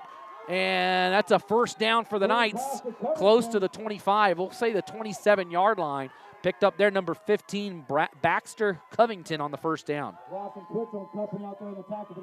Yeah, and these deeper passes are kind of opening up the shorter passing lanes. And you're going to see Driscoll just look over to the left and have that guy wide open and let him work with that space. Shout out from Emily Ely, says go Knights. Driscoll, he's going to roll left side. He wants to keep it on the ground. He cuts back into the middle and fights through one tackle. And here comes a flag out way behind the play. And we'll see. This has been the story of the last quarter and a half or so. And here comes another hold. So this one will come back. And I wonder if it's cold. They're just trying to keep their hands warm. Look, I'm just trying to get under those shoulder pads, ref. It's warmer there. Cut them a little break there. Just trying to hang on to each other a little bit. Yeah, that's all. So it'll come back. It's going to be first and very long now for the Knights. 1st and 20. Way back now at the 36-yard line. Again, Knights will do what they do pretty much every play. Shuffle folks around. Driscoll. Back to pass. He's going to go left side down the field. It's caught. Was he in bounds? Yes. Great catch down the sideline for Henry Sundley. And Sundley, he gets all the penalty yards back and more. He's down almost to the 15. So it's going to be second and short, 2nd and 2, so an 18-yard play. And whistles blow here. And Driscoll's jumping up and down. He's mad. He wanted the play to occur. And not sure what the officials are discussing here. Sugar Salem has knocked off Weiser 25-7. And Sugar Salem makes their 5th championship game in a row. Maybe more. It might be 6th. At least 5. More than 3. Yeah, it's at least 4. It's at least 4. They want they won 3 in a row, and then they lost to Weiser, and then they went last year and won. So this is now year 6 in a row for Sugar Salem. Okay. Officials still discussing something out here, and Logos just breaks the huddle. They said, we want to play football, guys. And not sure what that was about. Well, it's 2nd and short here for Logos. The Lights, I almost said. The Logos Knights. Again, they shuffle. Driscoll waits for the snap. 8:52 to go. This is a long drive for Logos. Driscoll tucks in and runs, and he's wrapped up from behind. He's going to lose a couple yards back on the other side of the 20 now. And he's going to go back about 5 yards to the 23-yard line. It's going to be 3rd down and about 6 here. Make it 3rd and 7 here for Logos. Again, the Knights on their longest road trip ever. Some of their cross-country and track teams have come over here for events. But a team sport involving a ball. This was the longest road trip, basketball or football, as the Knights make the 8.5-hour drive from Moscow here. I've done that. I lived in Moscow for a little bit, so here comes a halfback pass by the Knights, trying to throw it, and they don't, and blocked in the backfield now is Keaton Archibald, and he's down. And 2 flags come out, and Archibald is slow to get up, and not sure what they're going to call here, but it was a halfback pass. They were trying to get Sunley to throw the ball, and yeah, it's a blindside block, and you can see Archibald struggling still. He got hit hard, as again, you cannot block towards your line of scrimmage or towards your end zone. So to the left side, you cannot block someone towards that way. You can block forward, but you can't block back because as a defender, you're running down the sideline, you're looking back, and all of a sudden you're walloped like that. I know people say, oh, it's not football. That is a good play, I think, to get rid of because it is dangerous when you're running like that and you get hit. So hopefully Archibald's okay, but all of a sudden what was a 2nd and 2 is now 3rd and 20. 3rd and 30, I believe. The ball's at the 45. They need the 15. It's 3rd and 30 here. Driscoll makes the call to set the line in motion. Now he waits the snap. Driscoll back to pass. He goes across the middle. This one's caught, and not enough for the 1st down, but a great play because you want to go for it in this position. You want to go for it on 4th down. In 8-man football, it's a lot different than 11, and you're going to go for it if you're inside the 40-yard line most of the time. And so you get half of that. You got more than half. So now it's 4th and 7. What was 4th and 30, or 3rd and 30 is now 4th and 7. So a 23-yard pickup and a manageable 4th down. Yeah, it was just a great play, just right across the middle. Easy post pattern and got it right to him. 6:43 to go, clock rolling. This drive has taken up half the quarter for the Knights, and it started at the 45-yard line. Driscoll fakes the run, and it's knocked away. He tried to go inside on a run, backed it out backwards, and threw it across the middle. It was knocked away. That has got to be the longest time drive that only went about 35 yards. That drive took almost 6 minutes and went 35 yards. 5 minutes and 31 seconds is what that drive took, and the Knights are not able to convert. That is a tough way to go because we talked about it at halftime. A quick score is what Logos wanted.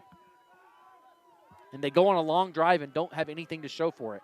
1st down here for Butte County. Archibald, he pitches it right side to Westergaard. Westergaard, he's got a couple. Maybe about 4 or 5 yards down to the 28. Westergaard doesn't want to stop touching the football. I'm sure he's still asking for it. I mean, why wouldn't you want to keep giving it to him with all the room he's creating? Yeah, he has. He's done.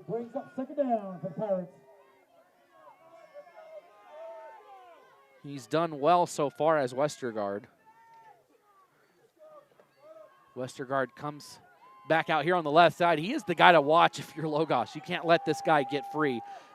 Archibald in the shotgun, quick pass, and here's a block on the outside, and around that, and around to the 35. The ball pops out, but he was out of bounds. And I believe that'll be a first down here for Rawson Twitchell. Yeah, and I think they're starting to use Westergaard to their advantage, even if they're not giving him the football, because, I mean, he can act as a decoy even, just because of how much they get him the ball and how much room he creates. And they're just going to throw a quick little screen pass out there, and Westergaard's actually going to be blocking that play. He got a good block, but good job by Logos to pursuit to the football really quickly. And the Knights, there's been a couple of really big plays for Butte County, but other than that, the Knights have been there on defense. Here's a run to the right side by Westergaard, and he's going to be in pursuit. He gets away from the first defender, still on his feet. He's across midfield before finally walking out of bounds there.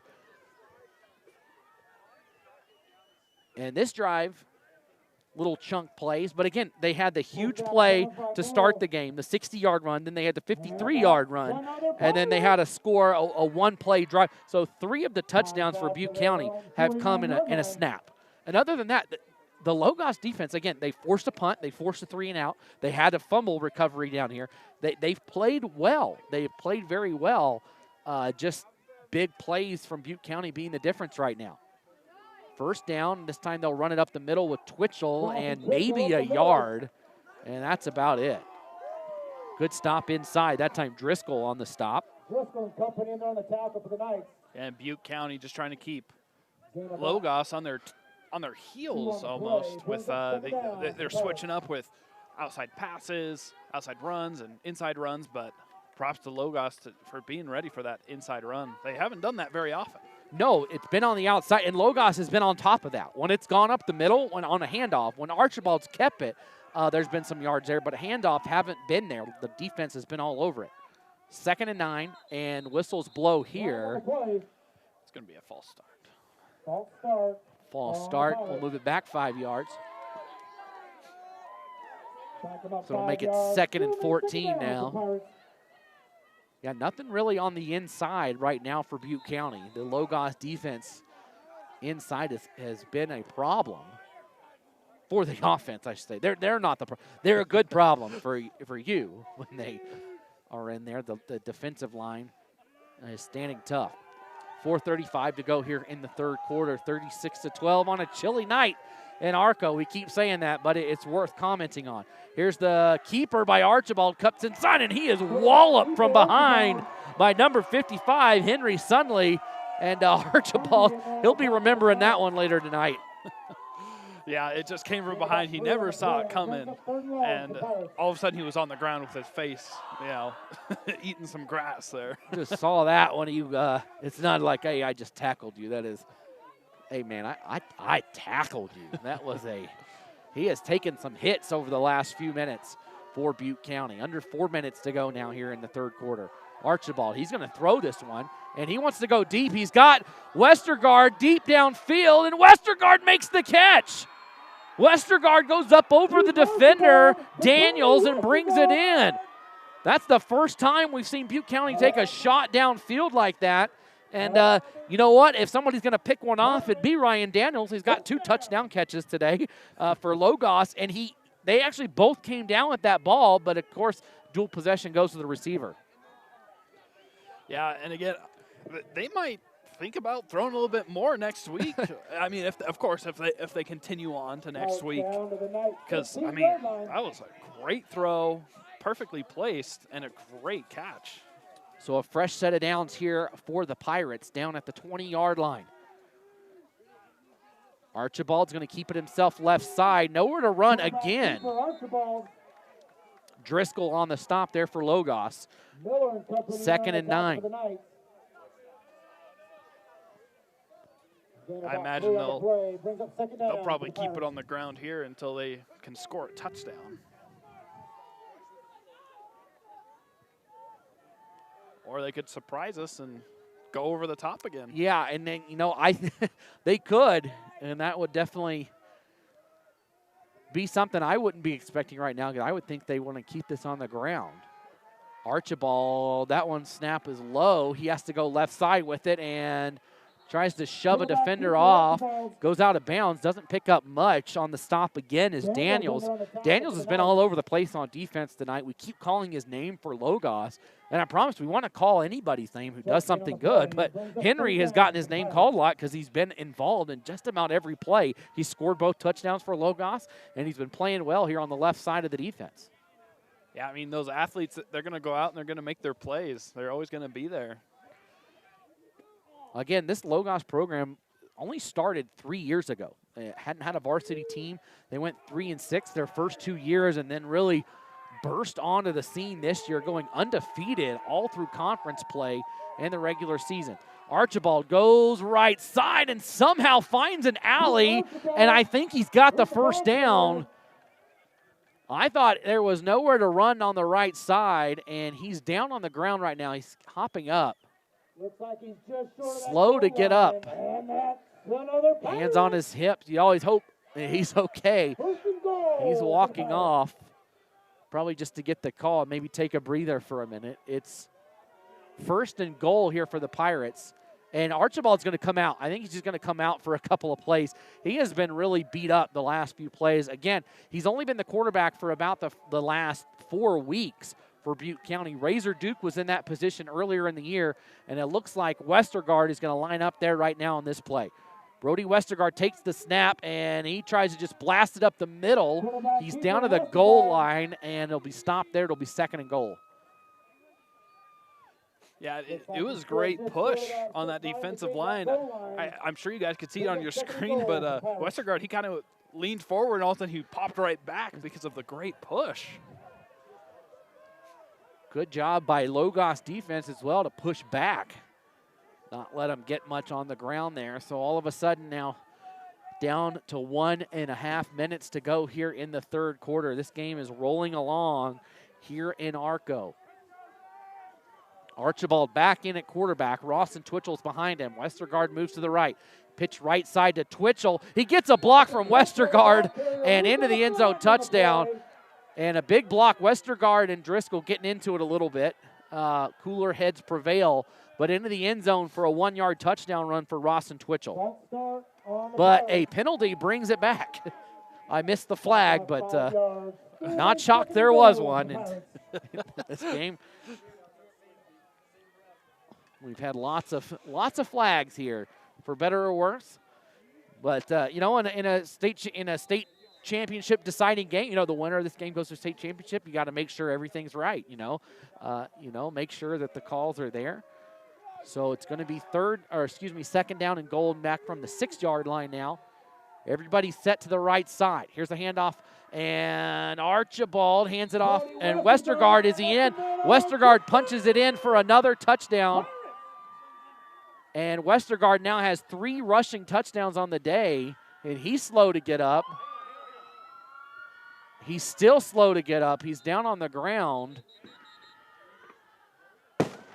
as the firework goes off to our right, and he's hobbling off. You know, this game right now is going Butte County's way, but you definitely need your main guy next week if you're going to be playing for a state championship game. So that's the first score of the 3rd quarter, and we are almost done with it. Butte County scores with 54 seconds to go on a 6-yard run by number 2, Brody Westergaard. It looks like he's still kind of favoring one leg. Yeah, he's still, now he's down on the ground, laying on his stomach. And let's see if we can see what they're looking at there. They're looking at his left leg. Here comes the conversion attempt. Archibald finds a man open. Did he catch it? No. Ball hit the ground, so it'll stay 42-12. 42-12 here in the state semifinals. Hey, Ivy's Market is a proud supporter of Butte County Athletics. At Ivy's Market, you'll find a great selection of all your grocery, meat, produce, and bakery needs. Ivy's Market is a local hometown grocer serving our great community since 1989. They want to wish the Butte County boys the best of luck here at the state tournament. Go Pirates. Strom Electric has been serving the Palouse and Camas Prairie regions since 1938. providing electrical wiring for all sizes of projects and well pump installations. Strom Electric is licensed and insured in Washington and Idaho. When it's time to renovate your home, business, or to install a well water pump system, call them at 208-835-2331. Strom Electric strong supporters of local high school sports. 54 seconds to go here in the third quarter. 42-12. Butte County on top. Line drive kick into the dirt. This one takes a big hop and is finally picked up at the 25-yard line. And some room to run all the way down to the 40-yard line is Henry Sundley. So a good return for the Knights.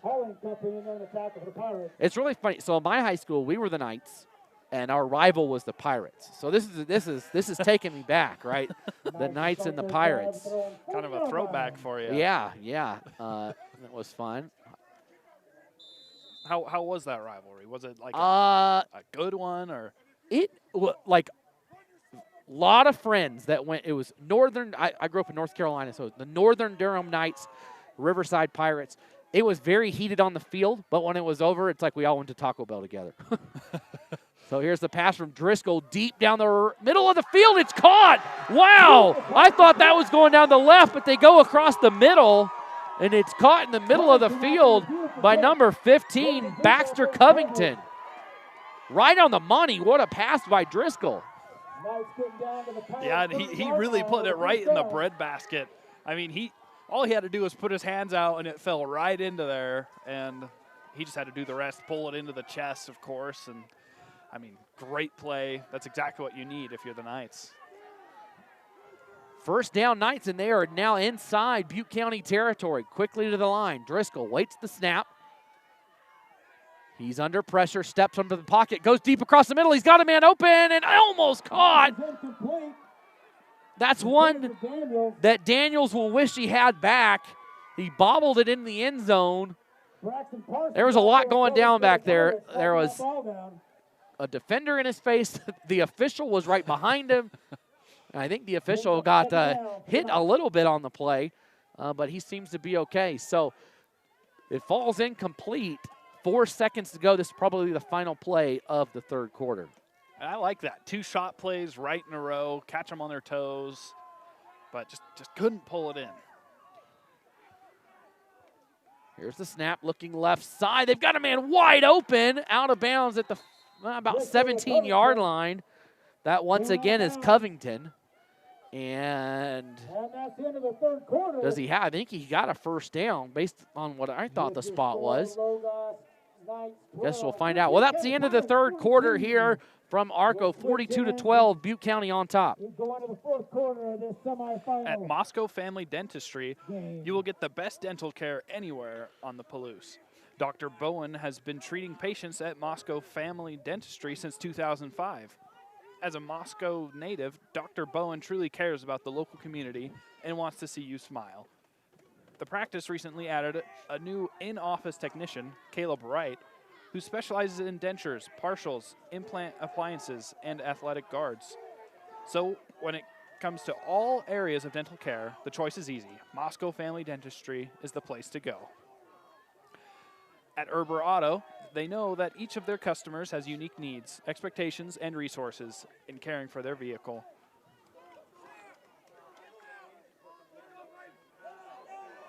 That is why every visit gives you access to seasoned professionals that want to understand you and what you need from your car. At Erber Auto, they are used to working with a wide variety of customers, from college students pinching pennies to business professionals commuting cross-country. Whatever makes you unique, they look forward to partnering with you. We'll get back to Erber Auto here in just a second. Next break we'll get him one more in there. Driscoll under a lot of pressure. He gets out of it. What a run by Driscoll to get away from the pressure, and he wants to throw it. He steps up, and he's going to be brought down.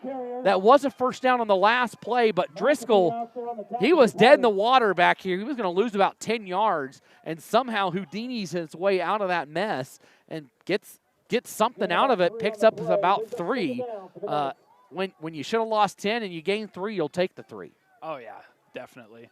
I mean, I think he could have made the decision to run it a little bit earlier. I think if he wanted to throw to the end zone there, and if he holds it and just runs it, I think he probably picks up the first down at least. So second down, 2nd and 7 here for the Knights. Driscoll rolls left. He's going to go left side. He's got a receiver caught. Touchdown, Logos. This one caught by number 55 into the end zone for Sunley. And the Logos Knights with the answer. That's what they hadn't had early in the first half, was an answer to Butte County's touchdowns, and now they're going blow for blow.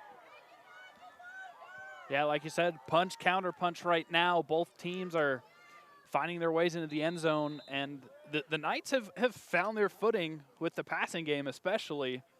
I think they're finding the zones that are getting open, and, I mean, Driscoll is just putting it right where it needs to be. So a 13-yard catch for number 55, Henry Sunley. 42-18 our score now. Here's the conversion attempt. It's good. It's caught by Daniels. So make it 42-20, still 22 points. And if you are down by less than 24, 3 scores, I think in 8-man football, you're right there. I think that you're right there in it and still able to get it done. Let's read this Erber Auto ad one more time for them. At Erber Auto, they know that each vehicle of their customers has unique needs, expectations, and resources in caring for their vehicle. That is why every visit gives you access to seasoned professionals that want to understand you and what you need from your car. At Erber Auto, they are used to working with a wide variety of customers, from college students pinching pennies to business professionals commuting cross-country. Whatever makes you unique, they look forward to partnering with you, getting to know your vehicle, and ensuring that it is always ready to go to help you accomplish your goals. I wish I would have known about them when I was a college student pinching pennies in Moscow with my I got a master's degree at University of Idaho, and I drove a Jeep Cherokee that was older than me while I was there. So there was times where I needed to take it in, and so hey, if you've got auto issues or need solutions, Erber Auto is the place to go up there in Moscow. And again, we cannot thank our local sponsors enough. They help Idaho Sport. Literally, we do not exist if it's not for them. So we appreciate all that you do to help these broadcasts go. Here's the onside kick. It's going to be caught and just kneeled down quickly here by Butte County. But obviously, you know, you had to pay to get into this one, we know, and that's due to contract rights with the IHSAA. But everything else we do, the broadcast, we love that they're free, and everything is run by the sponsors. Literally, we cannot function without them. So next time you need something, you need a meal, and you're in Arco, go to Pickles Place and say, hey, thanks for supporting IdahoSports.com, helping this happen. Next time, you know, unfortunately, if your car breaks down in Moscow, you call Erber Auto. If you need a house, you go to Kestrel Realty Group, right? If you need dental work, you go to Moscow Family Dentistry. You just make sure, and then when you go, say, hey, I heard you guys on the air. You supported IdahoSports.com. You supported our local team. We support you. Thanks so much for that. That's all we ask from you. If you could do something for us, that would be it, to support these local businesses. All right, first down here, and Rawson Twitchell's off to the races. He's across the 40. It's a foot race now. He's down inside the 20. Twitchell down the sideline. Twitchell in for the touchdown. No flags. You have to look back for it, but Rawson Twitchell goes 55 yards to pay dirt, and just like that, this is what makes Butte County so dangerous. A couple months ago, we did their game against Camas County. They had 3 straight drives where they scored on the first play from scrimmage, and they do it right there. First play from scrimmage on that drive, they go all the way in for a touchdown. Yeah, and I think, Logan, the most surprising thing about it is it's usually a run. I mean, usually you'll be waiting for a big pass. You know, if you see there's a huge yardage touchdown, you're thinking, oh, that was definitely a pass. But most of the time, like we've seen tonight, it's been a running play. 48-20. Conversion coming here. They'll pitch it out wide to Razor Duke, and Duke doesn't get in, and there was a hold. It wouldn't have mattered if he got in. So this will be no good. I'm sure Logos will decline the penalty. But that was a hold. I saw that from here. No magnifying glass needed. No bifocals needed for that one. That was definitely a hold. But hey, Kestrel Realty Group in Moscow, proud to support the Knights. Let them be your guide to your real estate goals. Go Knights from Kestrel Realty Group. Thanks again to all the local sponsors.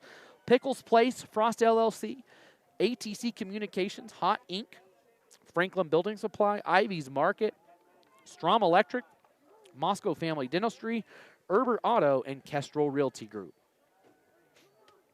As well as our major sponsors, the Idaho Transportation Department, as well as Ideal, the Idaho College Savings Program.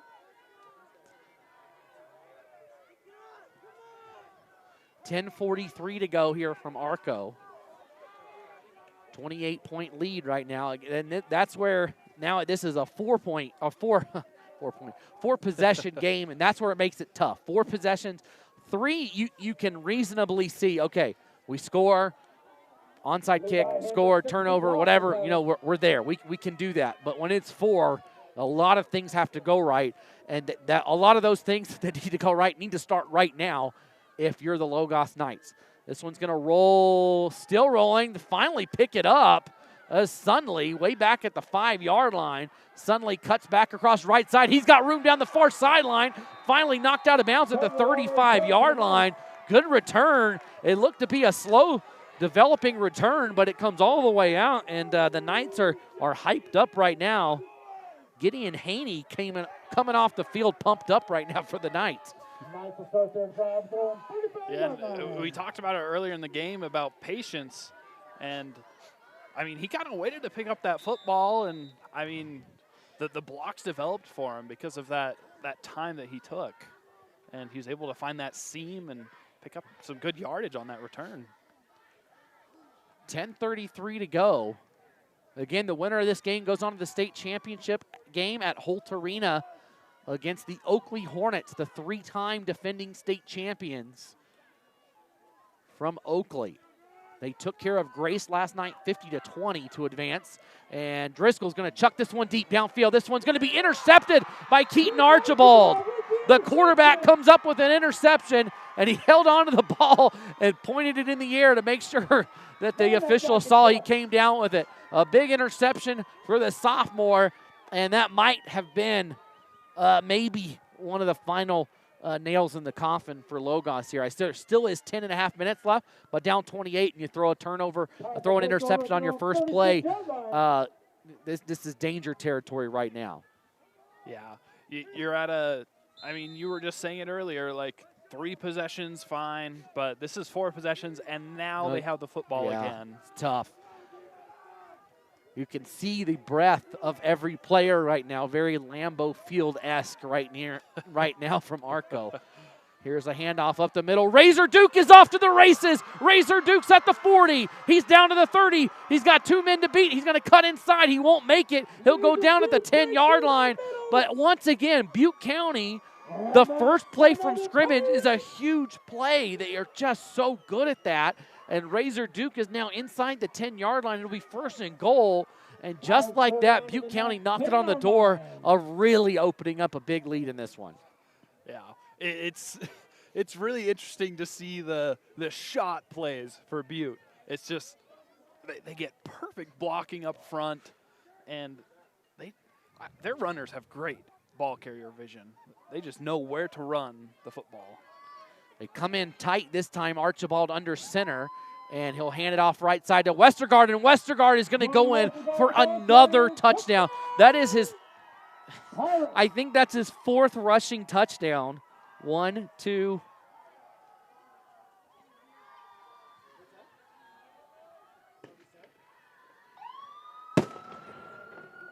Yes, it is.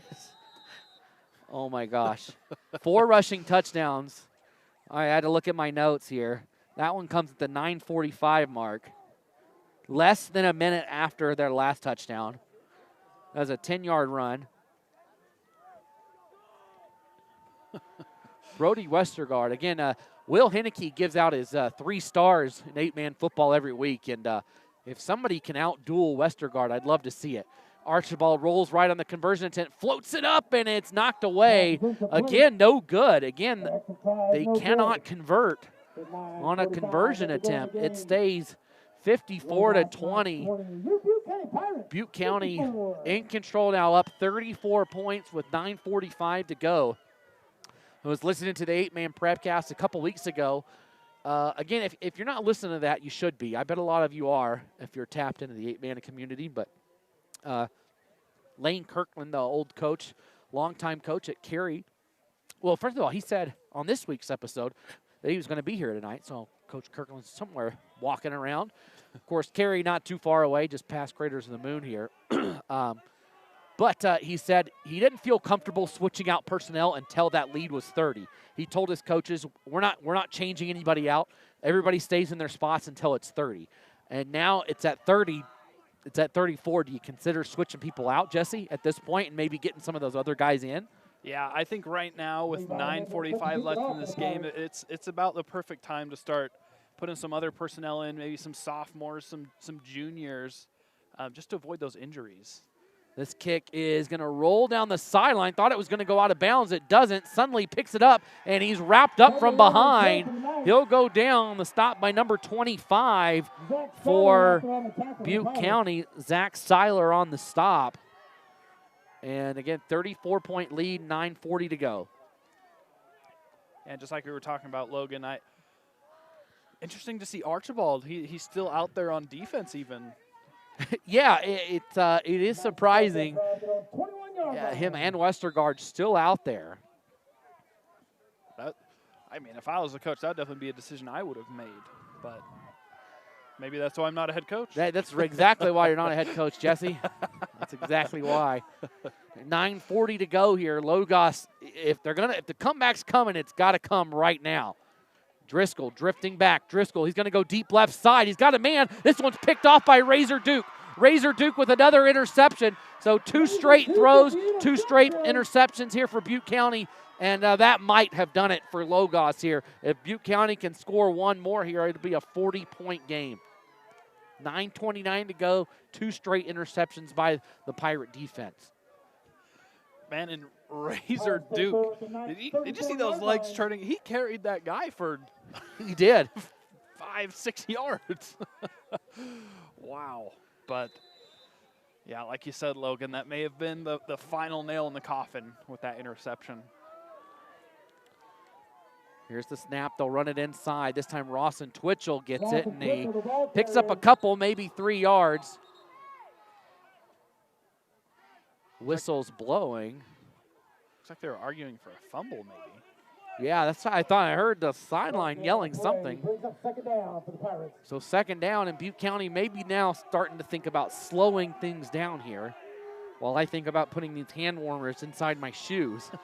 I probably won't feel my toes till I get to about Fairfield on the drive home. Maybe Mountain Home. We'll find out. You headed all the way home tonight? Oh yeah, I got to do. I'll be at the Homedale Teton game tomorrow at 1 o'clock. Here's the snap, rolling left side. The ball's down, and Archibald falls right on top of it, I think. And they all pile on top of him. And I don't like this. I thought Archibald fell right on it. Yeah. But Logos says they're very adamant that they have it.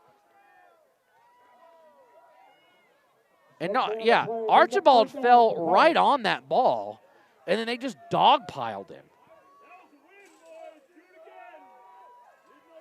Again, I would, Archibald, man, I'd get him out of there. Yeah. 8 minutes to go. Logos, hey, they're still ripping that ball away. They want to get it here. 3rd and long. A chance for the Knights for a stop. They'll run inside. Westergaard on his feet. Westergaard down to about the 25. He's going to be close to the sticks. I think he might be about a yard short. Yeah, and I think we're just going to see a lot of ground and pound here. But again, very interesting that we don't have another personnel out there to run the football. I mean, you're down to 7.5 minutes left in the game. You know you're going to a state championship next week. You want your best players for that, so it's very interesting. Guess you also want them on the field, must be their mentality. 4th and 1. Archibald trying to get the hard snap here. Logos hold strong. They don't give it up. Timeout call by Butte County. Again, we know the opponent will be Oakley for whoever wins this, more than likely Butte County at this point. We know the location. It'll be at Holt Arena. We don't know the day. Could be Friday, could be Saturday. ISU is on the road at U of I, so that big game is up north this year. That game always conflicts with state championships. Last year, the game was in Pocatello, so there were some state championships on Thursday, I believe, and some on Friday. This year, everything should be on a Friday or a Saturday. I think they can squeeze it in. It'll depend on who gets where. More than likely, 1A Division II would be up north. And it'll just depend on who wins, right? If Highland wins their game tonight, they will be in East Idaho.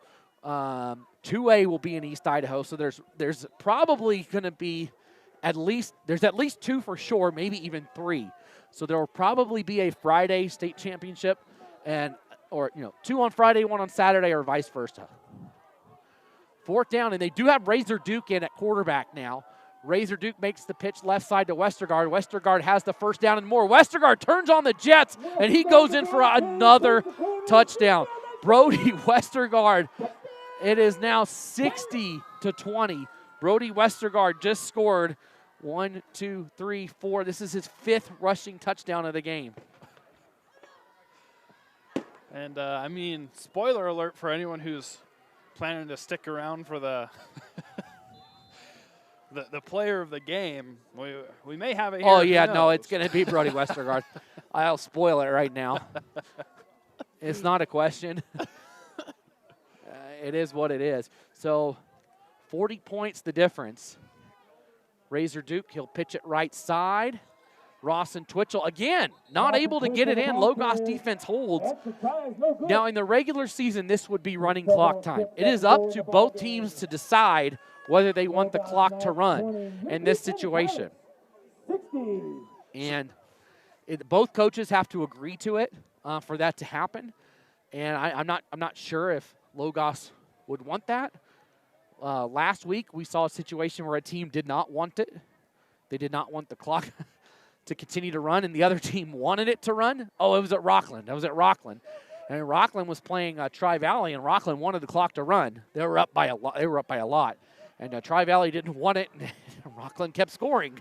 They were like, well, they wanted the clock to run at that point, but both coaches have to agree here in the playoffs at the 1A level. Interesting. So do they discuss that with the referees? Yeah.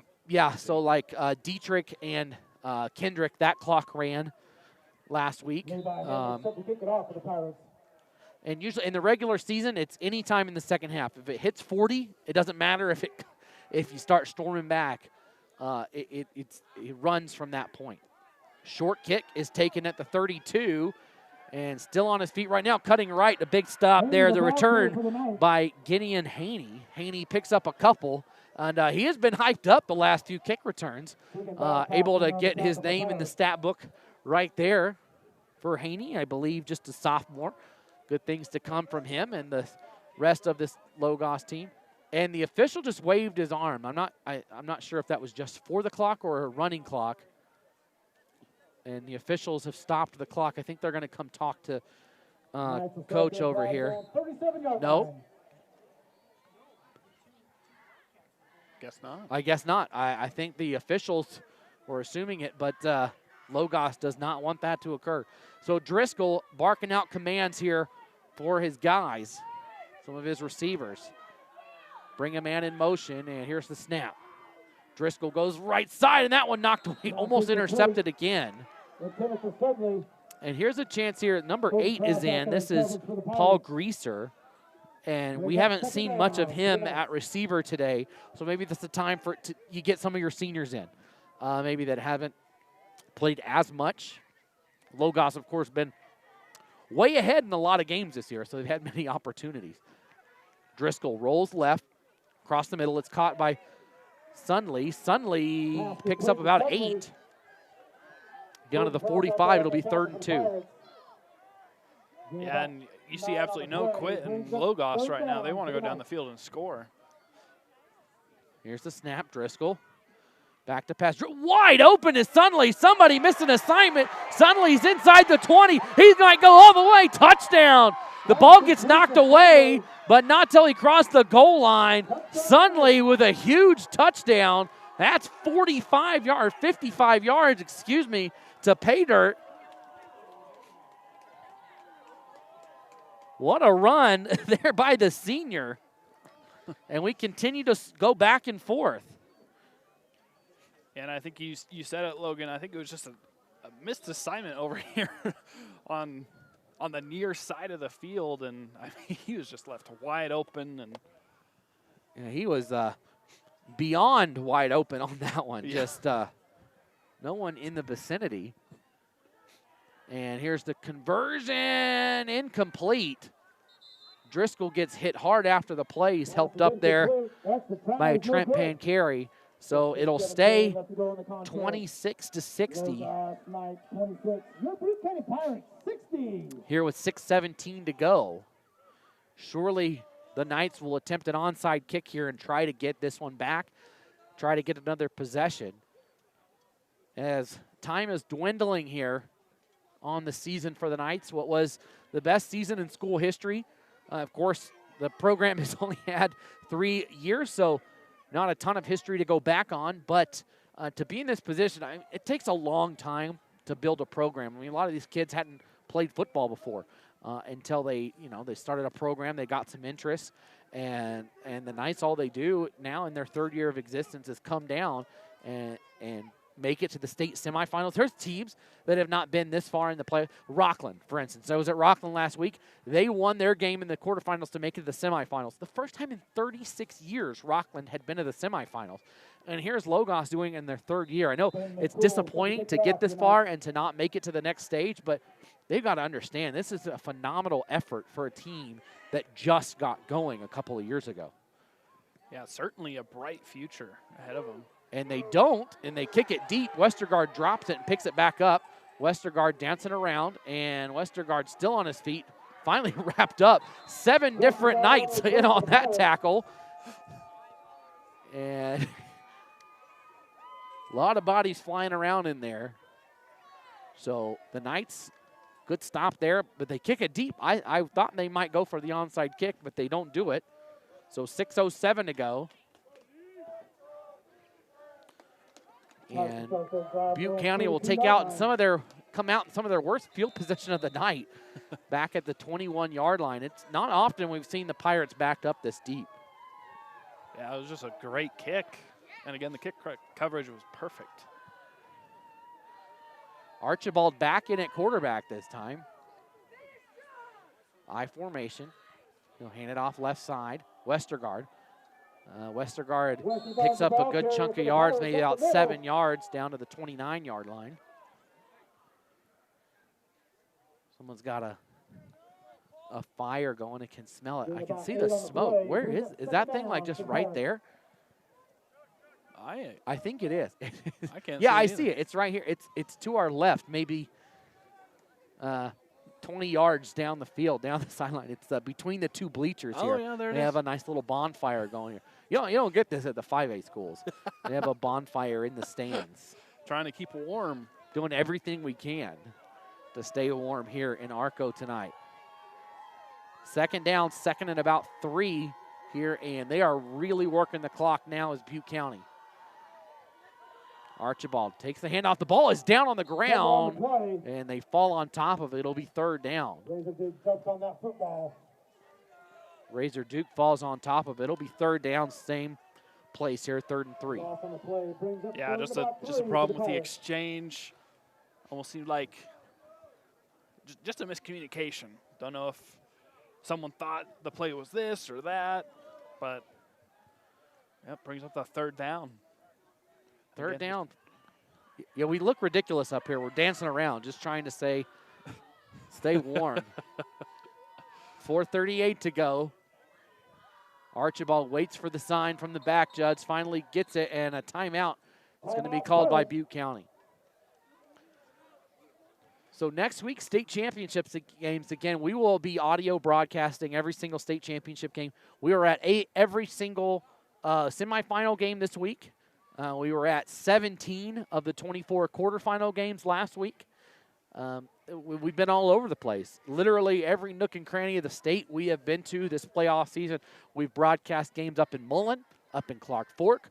We've done games all the way down in Grace, up in North Fremont and Ashton. We're here in Arco. We've done games just about everywhere you could think of. Hagerman, we'll be in Hagerman tomorrow. I'll be at Homedale tomorrow for that game. We've been over to Driggs. We've been in Moscow for the games at the Kibbe Dome. Literally every inch of Idaho, we've had it covered. We've been broadcasting games for 25 years here on Idaho. Well, I don't know if it's been 25. I haven't been around that long, but Idaho Sports has been around for 25 years, and we plan to continue to keep doing this, and we love bringing these kids the coverage they deserve. Razor Duke goes left side. He's got a first down and a little bit more, and a big pickup down to the 35-yard line. But we'll have every audio broadcast. You can tune in and listen to those games live and free here on Idaho Sports. You'll be able to listen to that. Some great broadcasters around the state. We have a great core of broadcasters. North Idaho, the Palouse area, Treasure Valley, Magic Valley, East Idaho, that know and love your school. And we're so glad to be able to cover these great athletes. Here's a handoff coming to the right side. Westergaard still on his feet, and he goes down. He was having his shirt pulled down and finally goes down to the ground here. 3:45 to go. Yeah, and I think if you're Westergaard, you kind of just start to realize it's like, okay, I don't have to keep just fighting and fighting for these yards. I can start going down. Yeah, I can, you don't, yes, exactly. You see so many times maybe a player gets hurt because they try too much, and I get it. You want to keep trying, but at some point you just say, you know what, we got a big game next week. Duke takes the handoff, or the snap, excuse me, and he picks up maybe 2, gets to the opposite side of the 40. Call it a gain of 2. It'll be 3rd down and 4 here, approaching the 3-minute mark. And before you know it, I mean, it is basketball season. Girls basketball tipped off tonight. Lots of girls games from across the state. Boys basketball will tip off in a couple of weeks. So our coverage doesn't stop here for football. We will be covering basketball games across the state during the regular season, leading up to the state tournaments in February, coming up very soon, faster than we realize. Duke rolls left side. Duke into the second level. He's at midfield and got a first down. But we've got all the schedules. If you need a basketball schedule, they're going up now. We're in the process of putting all those basketball schedules up. They'll be up as soon as we have everything here. And looks like we've got a man down for Logos. This is Gunnar Holloway. Doesn't look too serious. He just is down on one knee. Kind of trying to wiggle out the spider webs, it looks like. But we'll have basketball games all across the state again during the regular season like we have the past couple years. It should be fun to bring those games to you. And the state basketball is my favorite event of the year, I think. It is such a cool atmosphere. Everybody comes to town to the Treasure Valley on Thursday. You get 3 games. You start at noon. What better than that? A Thursday at noon, you get to watch basketball. 4 games on Thursday, 4 games on Friday, and then 3 games on Saturday, capped off by a state championship in the Ford Idaho Center. Awesome environment for that. That's right around the corner. Yeah, I'm excited. I think it'll be a fun time. Yeah, basketball is fun, and it's inside, which is nice when it's 30 degrees outside. And almost able to go into the victory formation. I think Butte County they are in the position to take a knee. It's first down, and the clock will be under 2 minutes here in just a few seconds. And that's always the tall tale mark, right? If you can snap the ball with less than 2 minutes, and the back judge is now waving his hand, and Razor Duke, he will take a knee. So a couple more times kneeing on the ball should do it. As Logos, congratulations to the Knights for a great season this year. Of course, undefeated throughout the season. They played a great game. A great season, just could not get past this high-powered Butte County team. They are special, and I think that they are showing it right now. This game with Grace next week should be one that you will not want to miss. Yeah, I am super excited for that game. I mean, hopefully I'll be able to to do that one too. I'm loving this 8-man. Yeah, stuff. it's super fun. It's there's a lot worse places you could be, even though it is freezing cold out here. No, wait the snap. There it is. So maybe one more snap, and that will be it here. As 60-26 will be our final score. We'll take a quick break as soon as this one hits triple zeros, and we'll be back for IdahoSports.com Player of the Game, presented by the Idaho Office of Highway Safety. As one more snap, and that should do it here. Under 40 seconds. And there it is. One more time, taking a knee. So that'll do it. Butte County has punched their ticket to the state championship game next week against the Oakley Hornets. A chance to knock down the three-time defending state champion. And both of these teams offer handshakes as this is over. We're going to take a quick break again and be back with the player of the game right after this.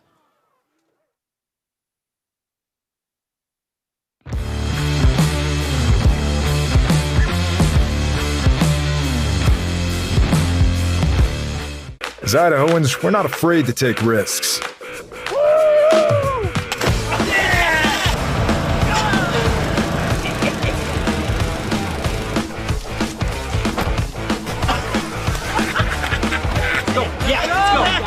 All the way, all the way. Go. All the way down, all the way down.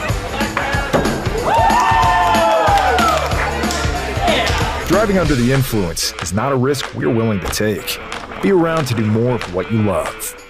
We do things differently in Idaho. Sometimes we go east to find west, where muddy trails meet huckleberry smiles, stars shine electric, and the wind smells like destiny. Sure, our traffic jams are strange, and not all our steaks are ribeyes. But wherever we go, our eyes never leave the road. Belts strapped and dreams packed, no distractions, no phones, focused. From here to there, it's who we are.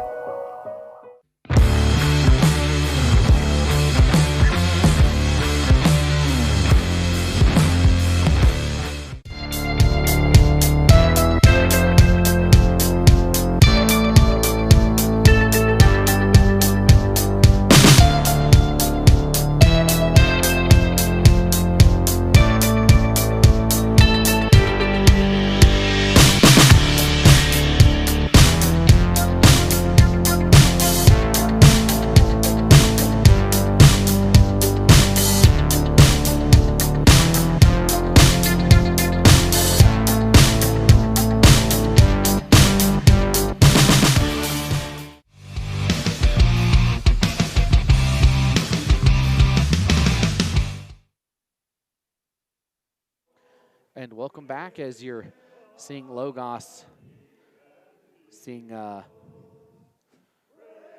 sure, alma mater of some sort here, but congratulations to the Knights on a great season.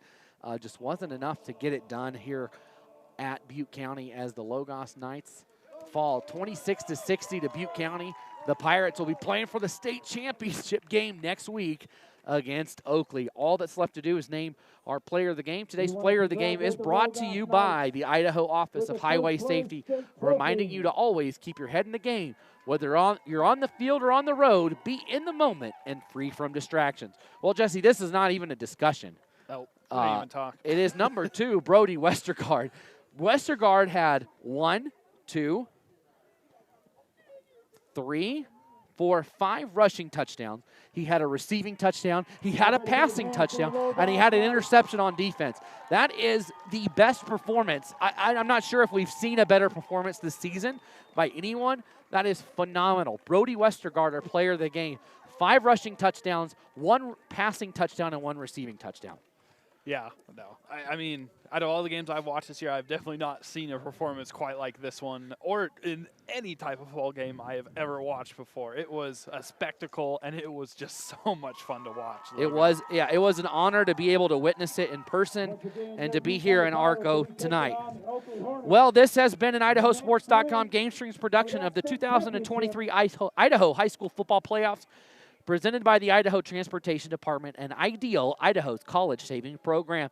Additional coverage is presented by Project Filter, the Idaho Department of Health and Welfare, Valleywide Co-op, Next Steps Idaho, Your Health Idaho, and your local Toyota dealer.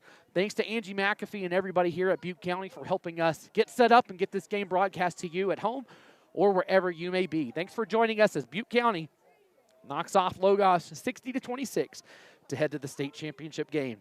For Jesse Richens, I'm Logan Green. We'll see everybody next week.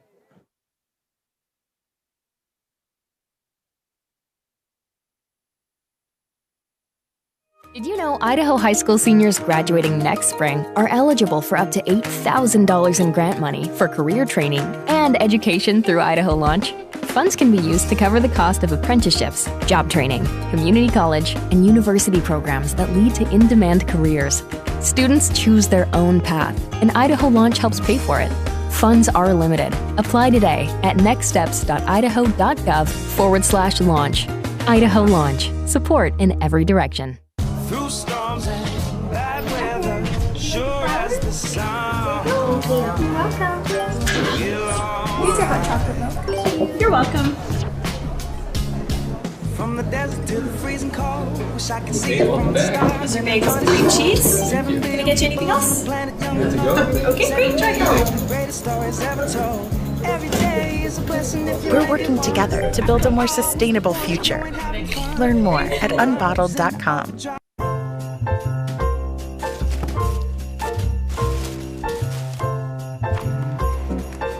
This is not what I asked for. Once again, we have contributed to your Ideal college savings program. Love, Grandma and Grandpa. Give the gift of college savings this holiday season with Ideal, Idaho's 529 college savings program. Eventually, they'll appreciate it. I love it. Thank you. College costs money.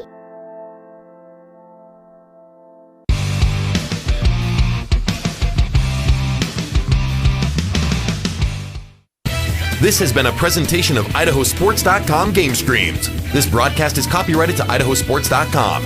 Any rebroadcast, retransmission, or other use of this broadcast without the expressed written consent of IdahoSports.com is strictly prohibited.